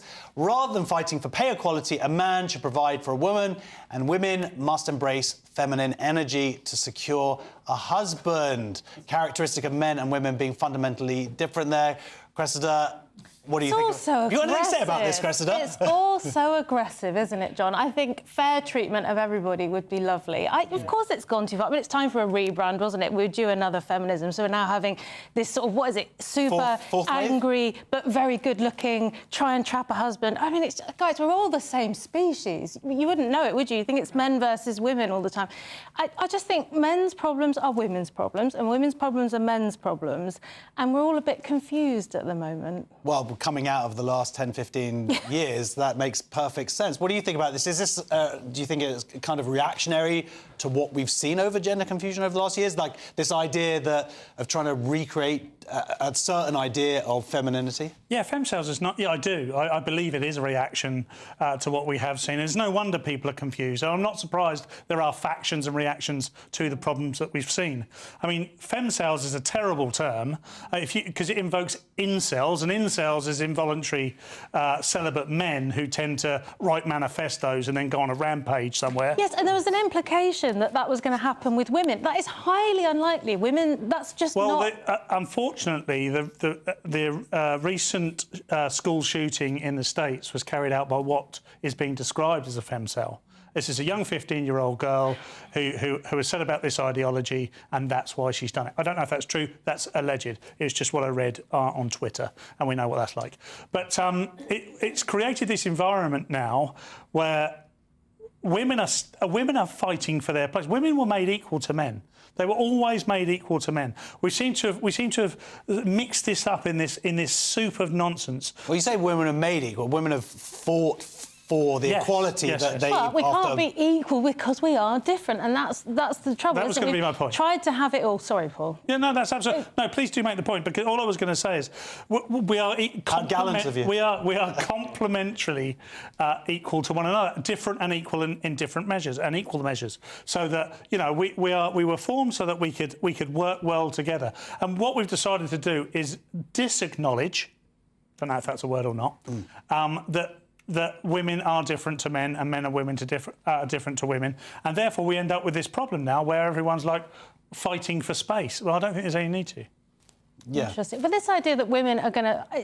What I read is it's implying that they're going to try and trap a man and get money out of him, but they don't really want the relationship. That's not typical of most women, is it? Most women want peace and harmony. Yeah, it seems like quite a broad term, and it seems to incorporate also sort of trad wives, which has sort of become this big sort of phenomenon as being online where... Yeah. But again, is that real? Is this idea... I doubt you would find a modern man to pay for it, to be honest. I think most families, both parties are working because that's the modern world. You have to. We let you the literally genie have to do out that. of the bottle, and now houses are worth twice as much as they used to be, and everyone's just working like mad. Yeah. And I'm not surprised that people are a bit cross on every side. No, it's interesting. I mean, personally, during COVID, lockdowns, I lost my income, so then I became what would be the more traditional role of cooking, and one I did a lot better than my wife. And things have now changed a little bit. I'm working a little bit more. She stepped up a little bit that way. That's what relationships are. Whether they are heterosexual, homosexual, whatever they are, they're about balance. And unfortunately, it's got very skewiffy. By the way, I'm not saying chain us back to the sink. I'm just saying we've progressed and it's complicated and... It should be voluntarily by the sink. No, don't. Thank you. Our final question is from David. Thanks, Josh. Should academics be protected from being cancelled or non-platformed? Yes, so the Education Secretary Bridget Phillipson tried to pull the plug on new free speech laws in her first act just days after the general election. She took the university sector by surprise when she announced she was shelving the Higher Education Act designed to protect academics, I can't even say the word, I'm just so full of scorn, from being no-platformed or forced out over their views. Do you have a particular thing? Do you mind standing up and just... do you think about this at all? Well, I'm a sort of time-expired academic. Oh, wow, OK. And I think I'm not sure how I'd react in the current environment, but I'm pretty opinionated, and I'm not sure I want to be protected. I'd be happy to protect myself. I think the problem is that there have been, particularly women, people like Kathleen Stock, who were attacked for what a lot of people would say are actually mainstream views, men and women are different or whatever, things that we've been talking about, yet losing their jobs within academia. And that's why this act was set up. Labour coming in and immediately shelving it, this sort of a lot of people's fears about their willingness to actually embrace free speech. How you take it forward and protect people, I'm not sure, but... It's a tricky one. one. I think it was financial, wasn't it? The emphasis was put back on the institution that if you wanted to have Kathleen Stock come and speak, you had to provide security so that she could do that. And rightly so, in my opinion. Because I bet when Bridget Phillipson went to university, she was allowed to be exposed to an education and ideas and differing opinions. And the idea that somebody would get tens of £1,000s into debt for a course where they weren't allowed to hear debate, I think that's... I can't believe she thinks she's the education secretary. It's crazy. Well, I mean, Andrew Gold, the clip we saw before, the longer video, was exactly about this, and you just saw these people, these students at Leeds University who are just so isolated within their views, with no one challenging them. That's the point of universities, Paul. Education is the cornerstone of free speech. You should be able... Did you teach, by the way, sir? Did you teach? Yes. So teachers should be able to teach their subject. What subject did you teach? I'm a doctor. So you're a doctor? OK, great. What are you a doctor in, sir? Anaesthesia and intensive care. care. Right. So things have not changed, have they? But you probably want to know whether it's a male or female, and you can identify that quite quickly, I'm sure. OK? But that now, just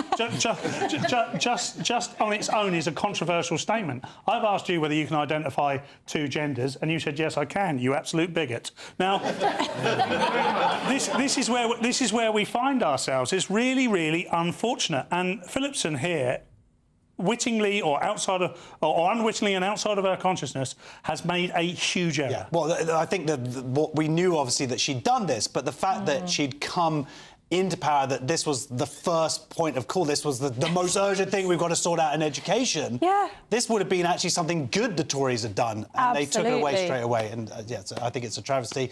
We'll see, and obviously keep on coming back to this story. Next up on Free Speech Nation is celebrated TV producer Phil Redmond right to urge British broadcasters to break the rules and push back against industry regulator Ofcom. Former BBC presenter Roger Bolton is going to give us his expert analysis. See you in a sec.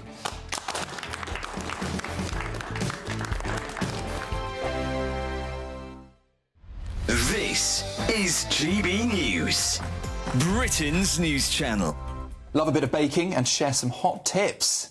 We're delighted to be joined by our baking extraordinaire, Matty Edgell, who won Great British Bake Off last year. Woo! Welcome. Congratulations as well. I'm sure you're sick of being congratulated. I know, it's a nice reminder. No, you like all the glory. Yeah. What was it like winning the Great British Bake Off? What's last year been like for you? Winning it I was not expecting to win. At any point until they said my name. You're a very humble nice guy. Surprise. No, really? In touch with reality. Yeah, no, I wasn't. Was it quite a close race throughout then? Yeah, I considered myself the underdog throughout. I think the first week I turned around after the showstopper and kind of saw how good everyone was, and then looked at mine and thought, how have I got here?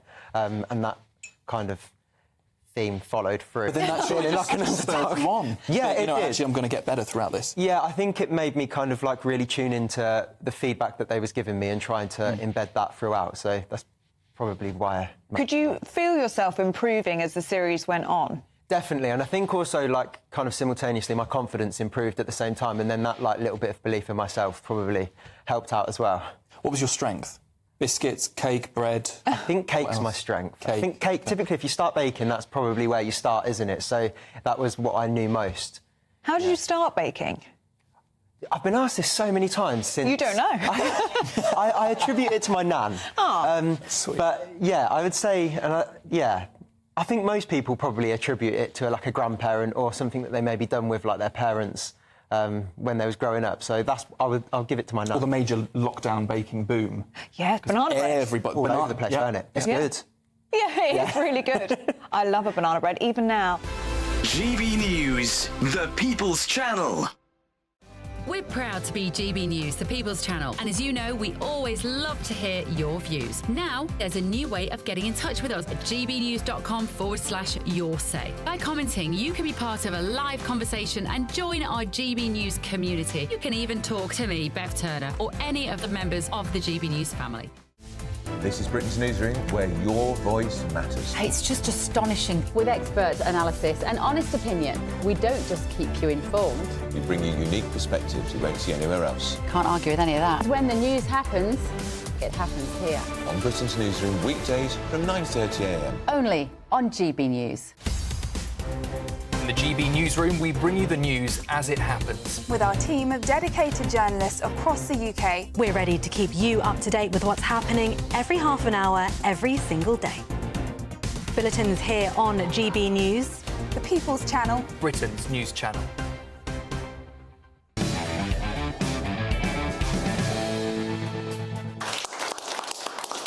Welcome back to Free Speech Nation. The brains behind Hollyoaks, Grange Hill and Brookside, Sir Phil Redman, says the courage has gone out of broadcasting. The famous producer believes that television bosses shouldn't be afraid to flout Ofcom rules, as audiences want to see grittier issues represented on screen. But with tight broadcasting rules applied to British telly, should TV bosses be less afraid to flout the Ofcom rules, as suggested by Redman? We now welcome the former BBC presenter, Roger Bolton. Roger, hello, welcome, thank you for joining us. Do you have an opinion on this? Do you think he's right? I'm going to give you an equivocal answer. I think he's wrong in large measure, but I understand why he makes the point he is. The thing to remember about him, of course, is Sir Phil Redman, by the way, multimillionaire. Sorry. Made a very great contribution in the past. Yeah. He always likes to see himself as a bit of an outsider, slightly chippy, you know, which is difficult if you're a multimillionaire and a knight of the realm. But he likes to do this. So, you know, and maybe, knowing Phil, he's got a very good idea that he wants a commissioning editor to accept. So I think you've got to look at that. Then you've got to look at the separate question of, do we have a crisis in broadcasting in the sense of not enough original, challenging programming? I think that's probably true, but I think a lot of that is because of the financial pressures that people are under. I mean, the BBC, you know, income is perhaps the licence fee in real terms worth about 35% less than it was 10 years ago. You've got a situation where the BBC in the past would be able to experiment on BBC 4. That's virtually finished as a channel now, it just repeats, or BBC 2. Channel 4 are in real difficulty financially. ITV also. So you've got financial crisis. When there's a financial crisis like that, people tend to play safe. And they play safe by looking what the opposition is doing and copy it, or looking for a variant. So I think it's a complex situation we're in at the moment. I would like to see more, more initiative, more original ideas, but I can understand the financial pressures people are in. It's a separate question entirely about Ofcom. I mean, Ofcom, or the regulators in the past, have sometimes been the instrument of government. In Mrs. Thatcher's period, they were pretty tough on those of us who wanted to question what was happening in Northern Ireland and elsewhere. But they can be a force for good. They can say to broadcasters, you're not doing this sort of programming. Where's the regional programming? Where's the children's programming? Where are these things that we deem to be important? Well, you know, there's a good reason for Ofcom existing. So Yes and no. I'm giving you a totally equivocal answer. There's absolutely nothing wrong with that, and I agree with you. I'm sure that the financial aspects, of course, have an impact. But do you acknowledge that there is some culture out there of self-censorship, where if they are playing safe because of, and maybe the finances are escalating this situation, but there's definitely this concern that the gatekeepers are really holding people back and what's allowed to be out there? I don't think that's fair on Ofcom. I don't think Ofcom has actually done a particularly good job. I mean, I would like to see it being tougher, but not in terms of encouraging, more rules, but saying to broadcasters, we want you to take more risks in certain areas. I would say children's television, classic example. We get all this stuff from the States, cartoons. We get no original programming except in the UK. I'd like to have Ofcom focus on that. But it is difficult to regulate a company if it's not making a profit.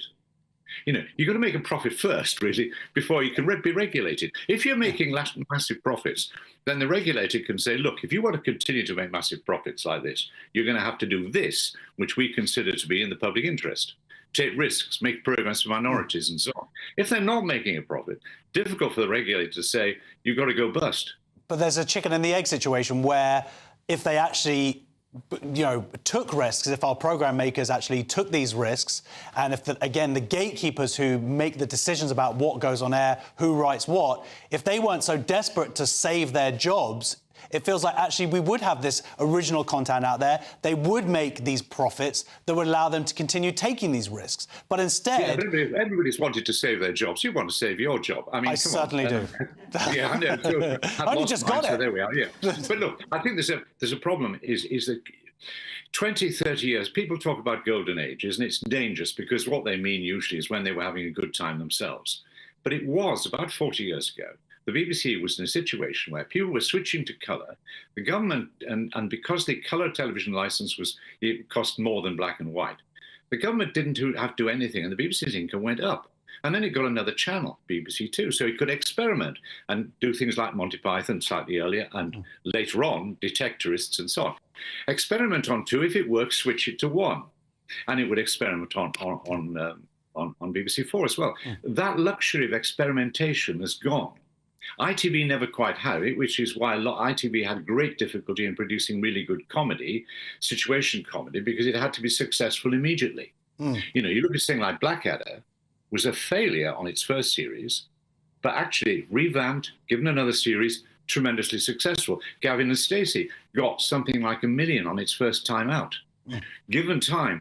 The problem now with the competition, so much competition, is that people it's more difficult to experiment. This is a problem for all of us. I don't think you blame the regulator, but I think we have to look at whether we need, particularly the BBC's charter coming up, to say that this sort of programming that's missing, what can we do to organise things to make it more likely? My own view is Channel 4 has lost its way a bit in financial difficulties. And what it should be doing is saying, we originally came into the business in part, to make sure minorities get on the screen. Minorities have changed. Some minorities have become majorities. There are plenty of minorities out there you represent, or on your programs you see a lot of people who consider themselves, and probably are now, in minorities. They should be on Channel 4. They should be in the broadcasters. So I think we need to have a real think about what the market can do, what the market can't do. Should we intervene? And I think that intervention involves an element of regulation almost inevitably. Which does then come back to Ofcom. Although I would agree with you that to place it firmly at their door, like this is all on them, is wrong. But it's interesting when you say about representation, because it feels to me like the BBC, they're focusing on what they think is representative, as in edgy, but then it just becomes very samey. So over the Christmas period, over the focus there, we've got some clips now of shows that they had featuring drag queens, in this idea that, oh, this is edgy by having a man dress up as a woman. There's nothing wrong with drag queens, but let's show a little clip here, and we'll see what I mean. It's seemingly endless. And Vivian. Christmas is too long. Yeah. Because you get up, you start drinking at 8 a.m. Yes. Well, I do anyway. Because I want to be bladdered by the time I'm cooking. I'd just like to say a quick thank you to all of you for being here today. demand the death of my relationship with Harrison. Флика пропагандоса. Мне кажется, драк, он изначально эта тема политическая. Абсолютно. Потому что все драг-артисты, как мы с тобой вчера обсуждали, что... Yeah, so it's funny how it just cuts back to us. We look very different that way. Look, hey, hold on. That's ridiculous, isn't it? I mean, I don't like drag shows, so that's just me. I don't watch them. But these are two examples out of how many? No, it's not two. No, it's not. It's about 5 or 6 examples. Sorry, there were 10 examples. No, you're trying to suggest, as it, but the BBC has suddenly been taken over by programmes like drag shows, whatever, representing minorities, when the larger number of people, perhaps like different shows, wouldn't get them. Well, you don't mention Wolf Hall or things like that. You didn't mention even Mrs. Brown's Boys, traditional humour, if you like that. You didn't mention Gavin and Stacey. You didn't mention a raft of stuff. You've chosen, as you always can, from somewhere in the output, a couple of examples. Well, there's 10 examples. Yeah. How many drag queens are out there in the British population who are getting, who need this representation, this level? My point isn't actually about this squiffishness. My point is more. My point is actually more about the fact that I believe that they're doing this because they believe it represents a diversity and edginess, when actually it just still feels very hack now. That's all of my point. I think there's a very great danger for generalising on the basis of 1 or 2 examples. But of course, 10 examples. By the way, Christmas pantomimes, men dress up as women. No, absolutely. But they didn't dominate our screens to that level. That's all. I wouldn't think dominate the screens, and I wouldn't watch. I think the question there's a danger. But I think Ofcom, to be fair, is working on this. There's a danger that most of television commissioning in this country tends to happen in London, tends to be commissioned by people who have travel on the tube together, meet together, talk together, not necessarily in North London, but anyway. And I think, to be fair to Ofcom, and I'm surprised I'm defending Ofcom, but here it goes, they've made Channel 4, for example, open a significant operation in Leeds. They've also been part of the pressure which government, the past Conservative government, actually to give it credit, pushed the BBC to invest more heavily in Manchester and elsewhere.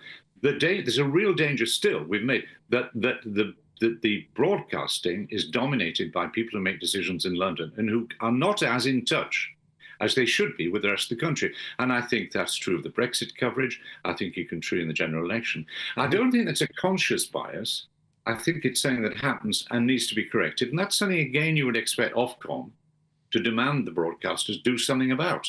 Yeah. I think BBC News in particular does a fantastic job, particularly in foreign coverage, in almost impossible circumstances. I think it does a less good job in reporting the UK.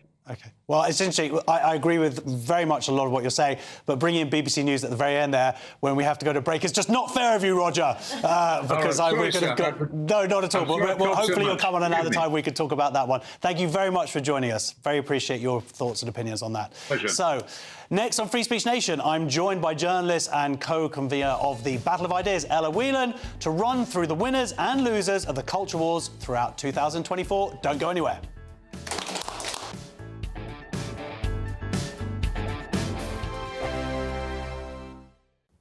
Hello there, welcome to your latest GB News weather forecast.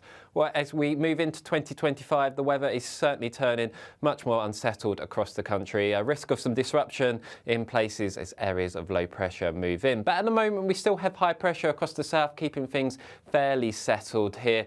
But weather fronts already providing plenty of rain across Scotland. And if anything, as we go through the course of the evening, that rain intensifies across parts of Scotland. Also, could just see some snow beginning to fall across the higher ground. Further south, a fairly quiet night to come, albeit rather cloudy, but that cloud cover will generally give us a fairly mild night. Although some clearer skies across the very far south, we could see lows here of around 3 to 5 degrees. So if we start Monday morning across Scotland, it's going to be a wet and potentially snowy start for some of us. Warnings are in force right throughout Monday, and that will continue into New Year's Eve and potentially New Year's Day too. So if you do have any Hogmanay travel plans, do stay up to date with the latest warnings. The rain also beginning to move into parts of Northern Ireland and Northern England too, but the further south you are, generally a dry start with maybe a few glimmers of sunshine. But for most of us, really, it's going to be a fairly cloudy Monday. The best of any brightness really will be reserved across the far south. But even here, we could just see a few showers develop. But for Scotland especially, a very wet picture here, although the far northwest may well just turn a little bit drier as we move into the afternoon. Mild for most of us, but up across the far north, we're just starting to see this cold air just begin to move a bit further south. So a pretty cold afternoon to come for much of northern Scotland. Into the evening, another band of rain then begins to move into Scotland, so turning wet once again with, again, risk of some snow in places. Remaining fairly quiet for the time being across the south, but for all of us, as we move into 2025, it's turning unsettled with the risk of some wind, rain and potentially snow. Join me, Camilla Tominey, for a frank and honest discussion with those in power that cuts through the spin and gets to the heart of the issues shaping our nation.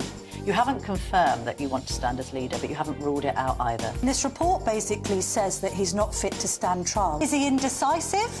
Incompetent? I deliver the dose of reality Westminster needs. That's the Camilla Tominey Show at 9:30 every Sunday on GB News. The People's Channel, Britain's news channel.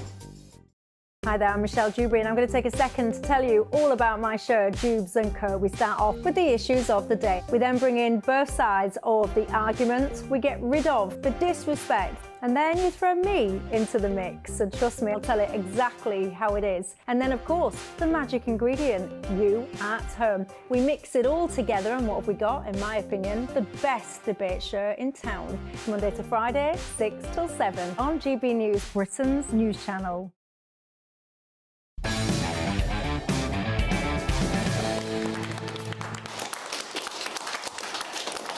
Welcome back to Free Speech Nation. I'm going to welcome now my guest, Academy of Ideas and convener, I don't know, of Battle of Ideas. That's one of the things is how to pronounce convener. Ella Whelan, please welcome Ella Whelan. She's come out. She's got babies. This is hard for her.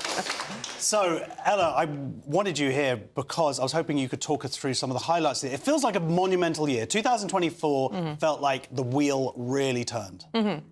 Yes, it has felt like on some of the big, I suppose you'd call them culture wars issues, there have been some shifts. There's been some good points and some bad points. So obviously the big events in terms of the leak of the WPATH files, the CAS report. This is all in relation to discussions about sex and gender, particularly with kids.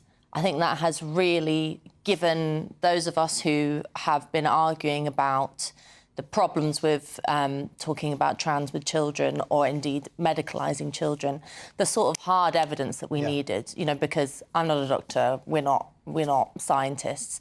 And then real experts come along and say, OK, here is the actual sort of data, here's the scientific expertise, or lack of data, but this is what we know categorically as fact.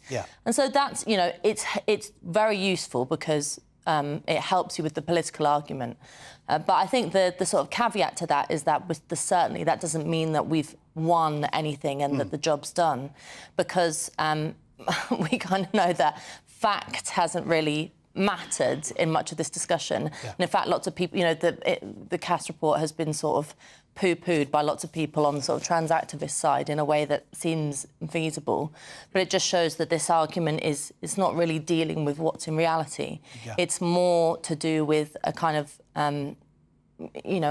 I think a bit of a sort of social trend, but also among young people, a sort of social contagion maybe that's taken grip that we need to continue to argue, because, we might have convinced all the people that were already sort of on the fence about the fact that it's important to say that a woman is a woman and a man is a man. But there is a big chunk of a generation of young people out there who still think that it's just simply a nice thing to go along with all this stuff. And we need to, I think, in 2025, thinking about how to sort of solidify the progress that's been made in 2024 of just getting people to understand how important this issue is. Yeah, I mean, the CAS report, for me, just felt like you had, as you say, some facts now. But I think also what it allowed was politicians, it gave them something to cling to. They might have also agreed with the arguments there, but suddenly to be able to point it, and I'm particularly thinking about Wes Streeting, who actually could then go, well, look, here's a 400-page report that took 4 years by a leading paediatrician in this country. This is why medicalising children is bad, and that's why we can now stop it. So it felt like that's what it allowed. It gave an excuse for people to be a bit braver, I think. Yes, and that's a good thing. The bitter person in me thinks, really, what a low bar. You know, that it wasn't so obvious to, and I know, you know, there's lots of people who've been talking about this and campaigning around it, who've sort of been banging their heads against the wall saying, why has it taken this long and why has it needed such an in-depth report for you to realise something as basic and obvious as don't mess around with children and drugs, you know, in that kind of a way. But or also that, you know, our Prime Minister Keir Starmer recently, is, you know, he's had a kind of a change of heart in relation to this issue. And you have to laugh because the reason why he said he changed was that he had a conversation with Tony Blair. So the person who convinced him of what a woman was another man. But you know, again, I think it's that progress has been made, but along with sort of other issues, you know, thinking about there's been sort of changes in relation to approaches to net zero, you know, more in Europe. Lots of, you know, farmers have been descending on Westminster in this country, but they've been doing a lot in other countries across Europe as well. There's been some progress. A little chink of light has opened up where you can have discussions about these issues, gender, the environment, where before you'd either be, you know, classed as a sort of a denier or a bigot or some kind of phobic. And now there's space to debate these issues, and we have to keep pushing that wedge open and open to give more space to actually talk about you know, things without fearing being ostracised. Well, this is the interesting thing, is that, I mean, as the co-convener of Battle of Ideas, and it's an excellent organisation that I've a few times... You've been a speaker many times. Privilege to do that. But I think it's interesting being brought in on these different issues, and then that allows them to then look more into this, because I think once you have your eyes opened to something and you see how it works, you go, well, wait a minute, I know a lot about gender ideology, but I don't know that much about net zero.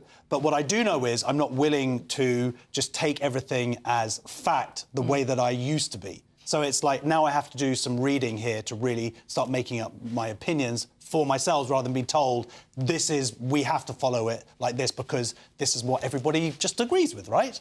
Yes, I mean, our organisation, the Academy of Ideas, is all about open public debate.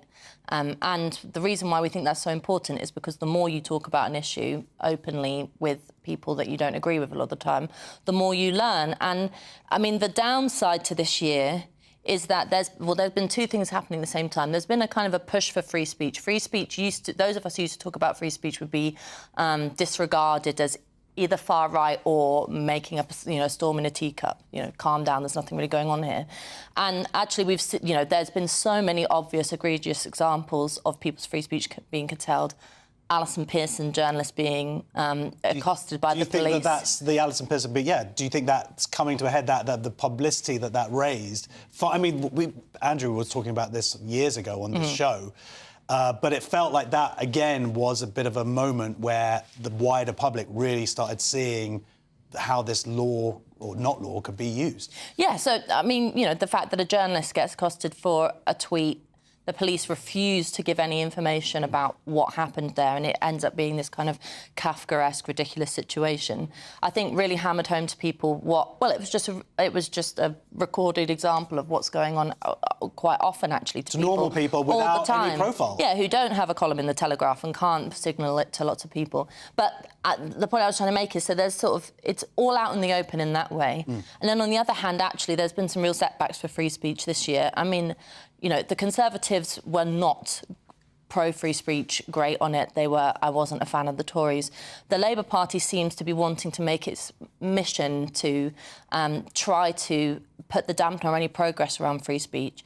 I wasn't a fan of the higher education, the Free Speech Act that the Conservatives were pushing through because, you know, I didn't like the idea that free speech would be fought in the courts and at universities. However, the Labour Party comes in and almost its first thing is to say, no, we're not doing that. It's a culture wars issue. No, there's nothing wrong with free speech at universities. Signalled that they weren't going to be serious about it. They didn't understand it. And they didn't understand it. And, you know, legislation is only one part of a fight for free speech, a small part, I would argue, but an important part. And you want to have a government. We're supposed to live in a free democratic society.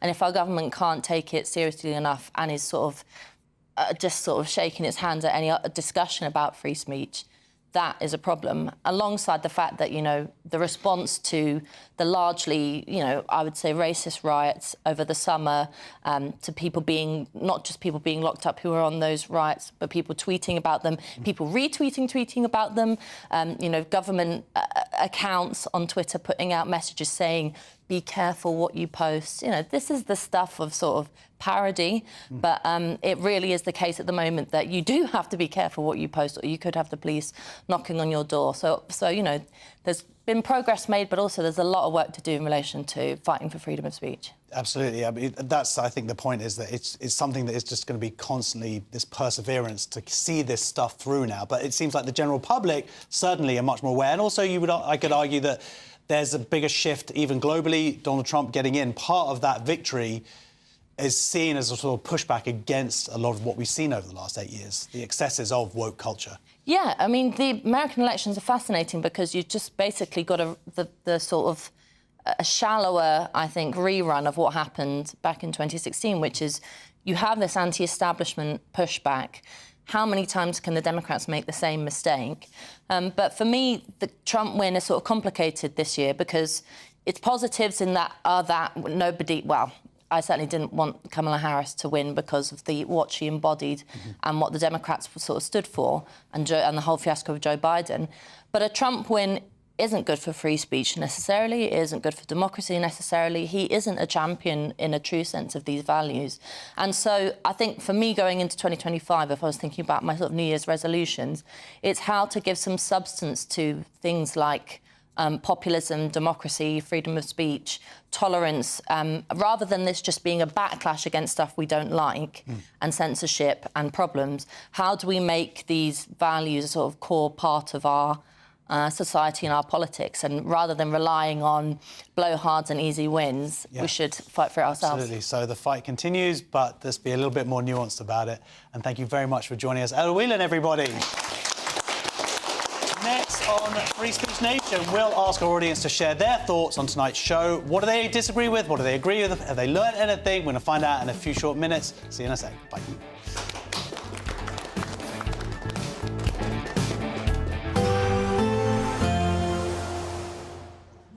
Dinner under the stars tonight? That reminds me of our travel insurance. You mean All Clear Skies? All Clear Travel Insurance sponsors GB News Travel Destinations forecast.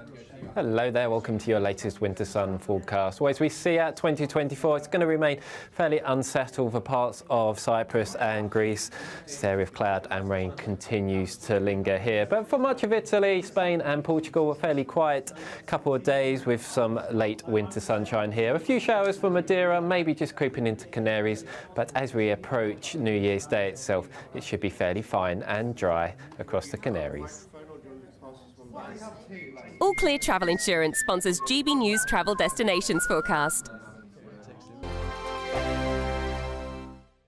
Good Afternoon Britain isn't just about us. The wonderful thing about this programme is it's about everyone watching. It's an interactive programme. Well, there absolutely is something to see here, and we're going to be talking about it more. Whether it's breaking royal news, Will, please bring us up to date. or indeed a particularly punchy speech in the House of Commons, Very, very curious. we bring it to you live, and then we bring you live reaction as well. That's Good Afternoon Britain, weekdays from midday. Only on GB News, the People's Channel, Britain's news channel.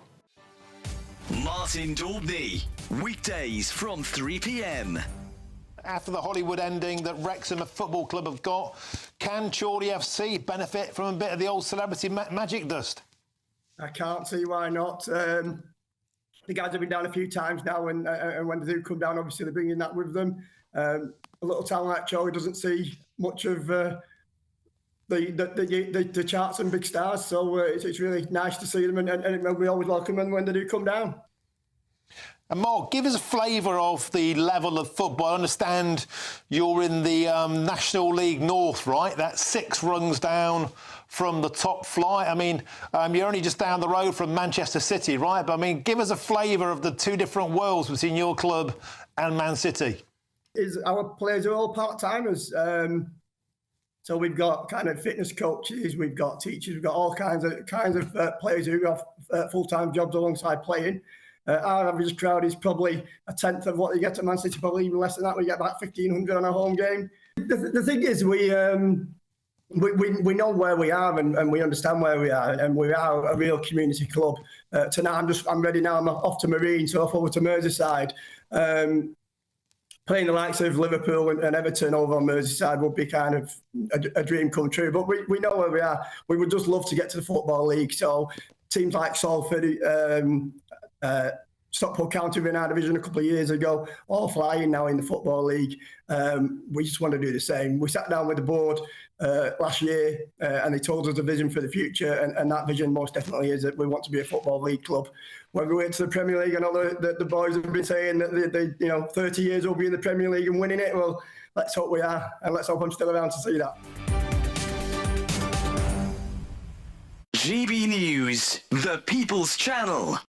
It's Patrick Christys tonight, and here we do things differently. It's explaining the absolute madness of this, doesn't it? It's explosive. I mean, this is very good. It's lively. 850. Your government sat there, Sean, and it did nothing. It's controversial. And the Middle East has been in turmoil since before I was born. It's everything you need to kickstart your evening. Everyone's had their Weetabix tonight. I love to see it. That's Patrick Christys tonight, weeknights from 9 p.m.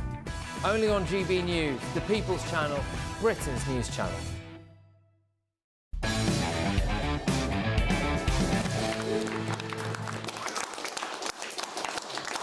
Welcome back. It's time now for a brand new segment of the show where we ask our lovely studio audience to share their thoughts on tonight's programme, what they like, what they learned. We're going to find out. We're going to start with Fiona. Hello. Hi.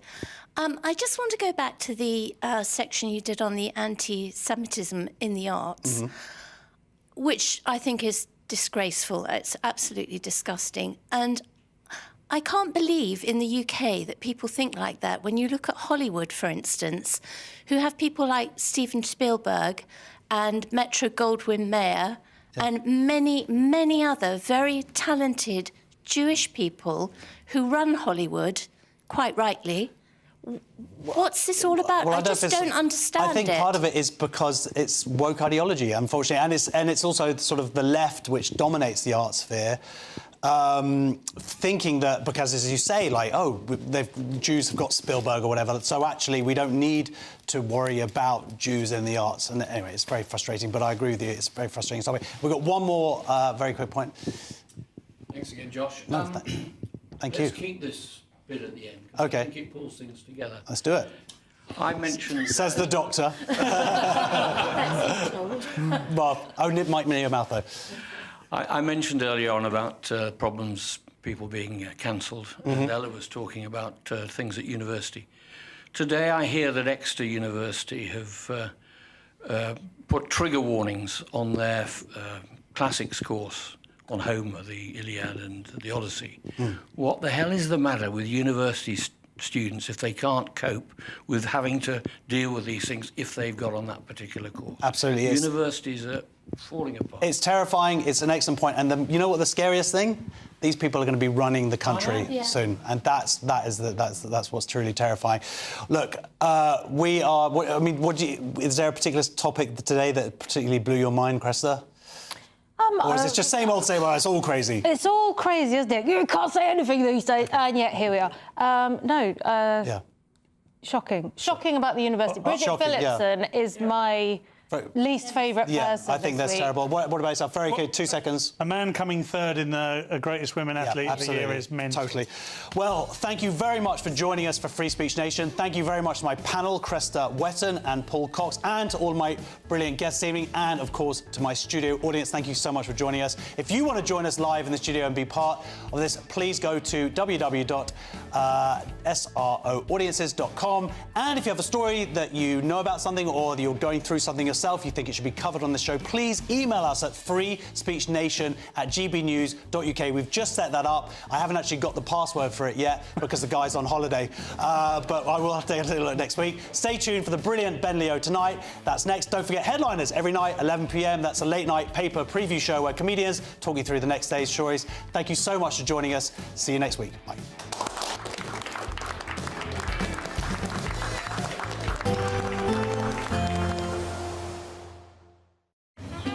We can expect clear skies, leading to a light and warm day ahead. Lovely. Boxed Solar, sponsors of weather on GB News.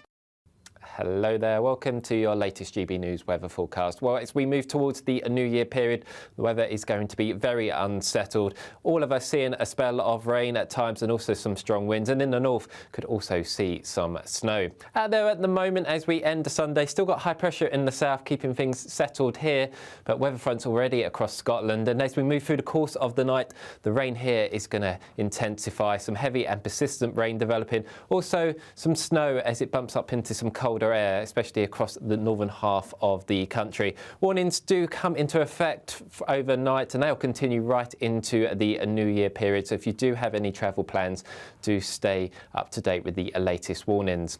Elsewhere, it's a fairly quiet start to Monday, but as we zoom into Scotland, you can see plenty of rain and also some snow in places. So a very tricky start to the day here. And unfortunately, there's not going to be much improvement in parts of Scotland throughout the course of the day. Some rain also just knocking on the doorsteps of Northern Ireland, maybe some patchy rain also for Northern England. But for the rest of England and Wales, generally a dry start, albeit rather cloudy. But some breaks in the cloud will develop as the winds continue to freshen. Could come quite strong across parts of the Pennines. At times could see some buffeting on the roads here.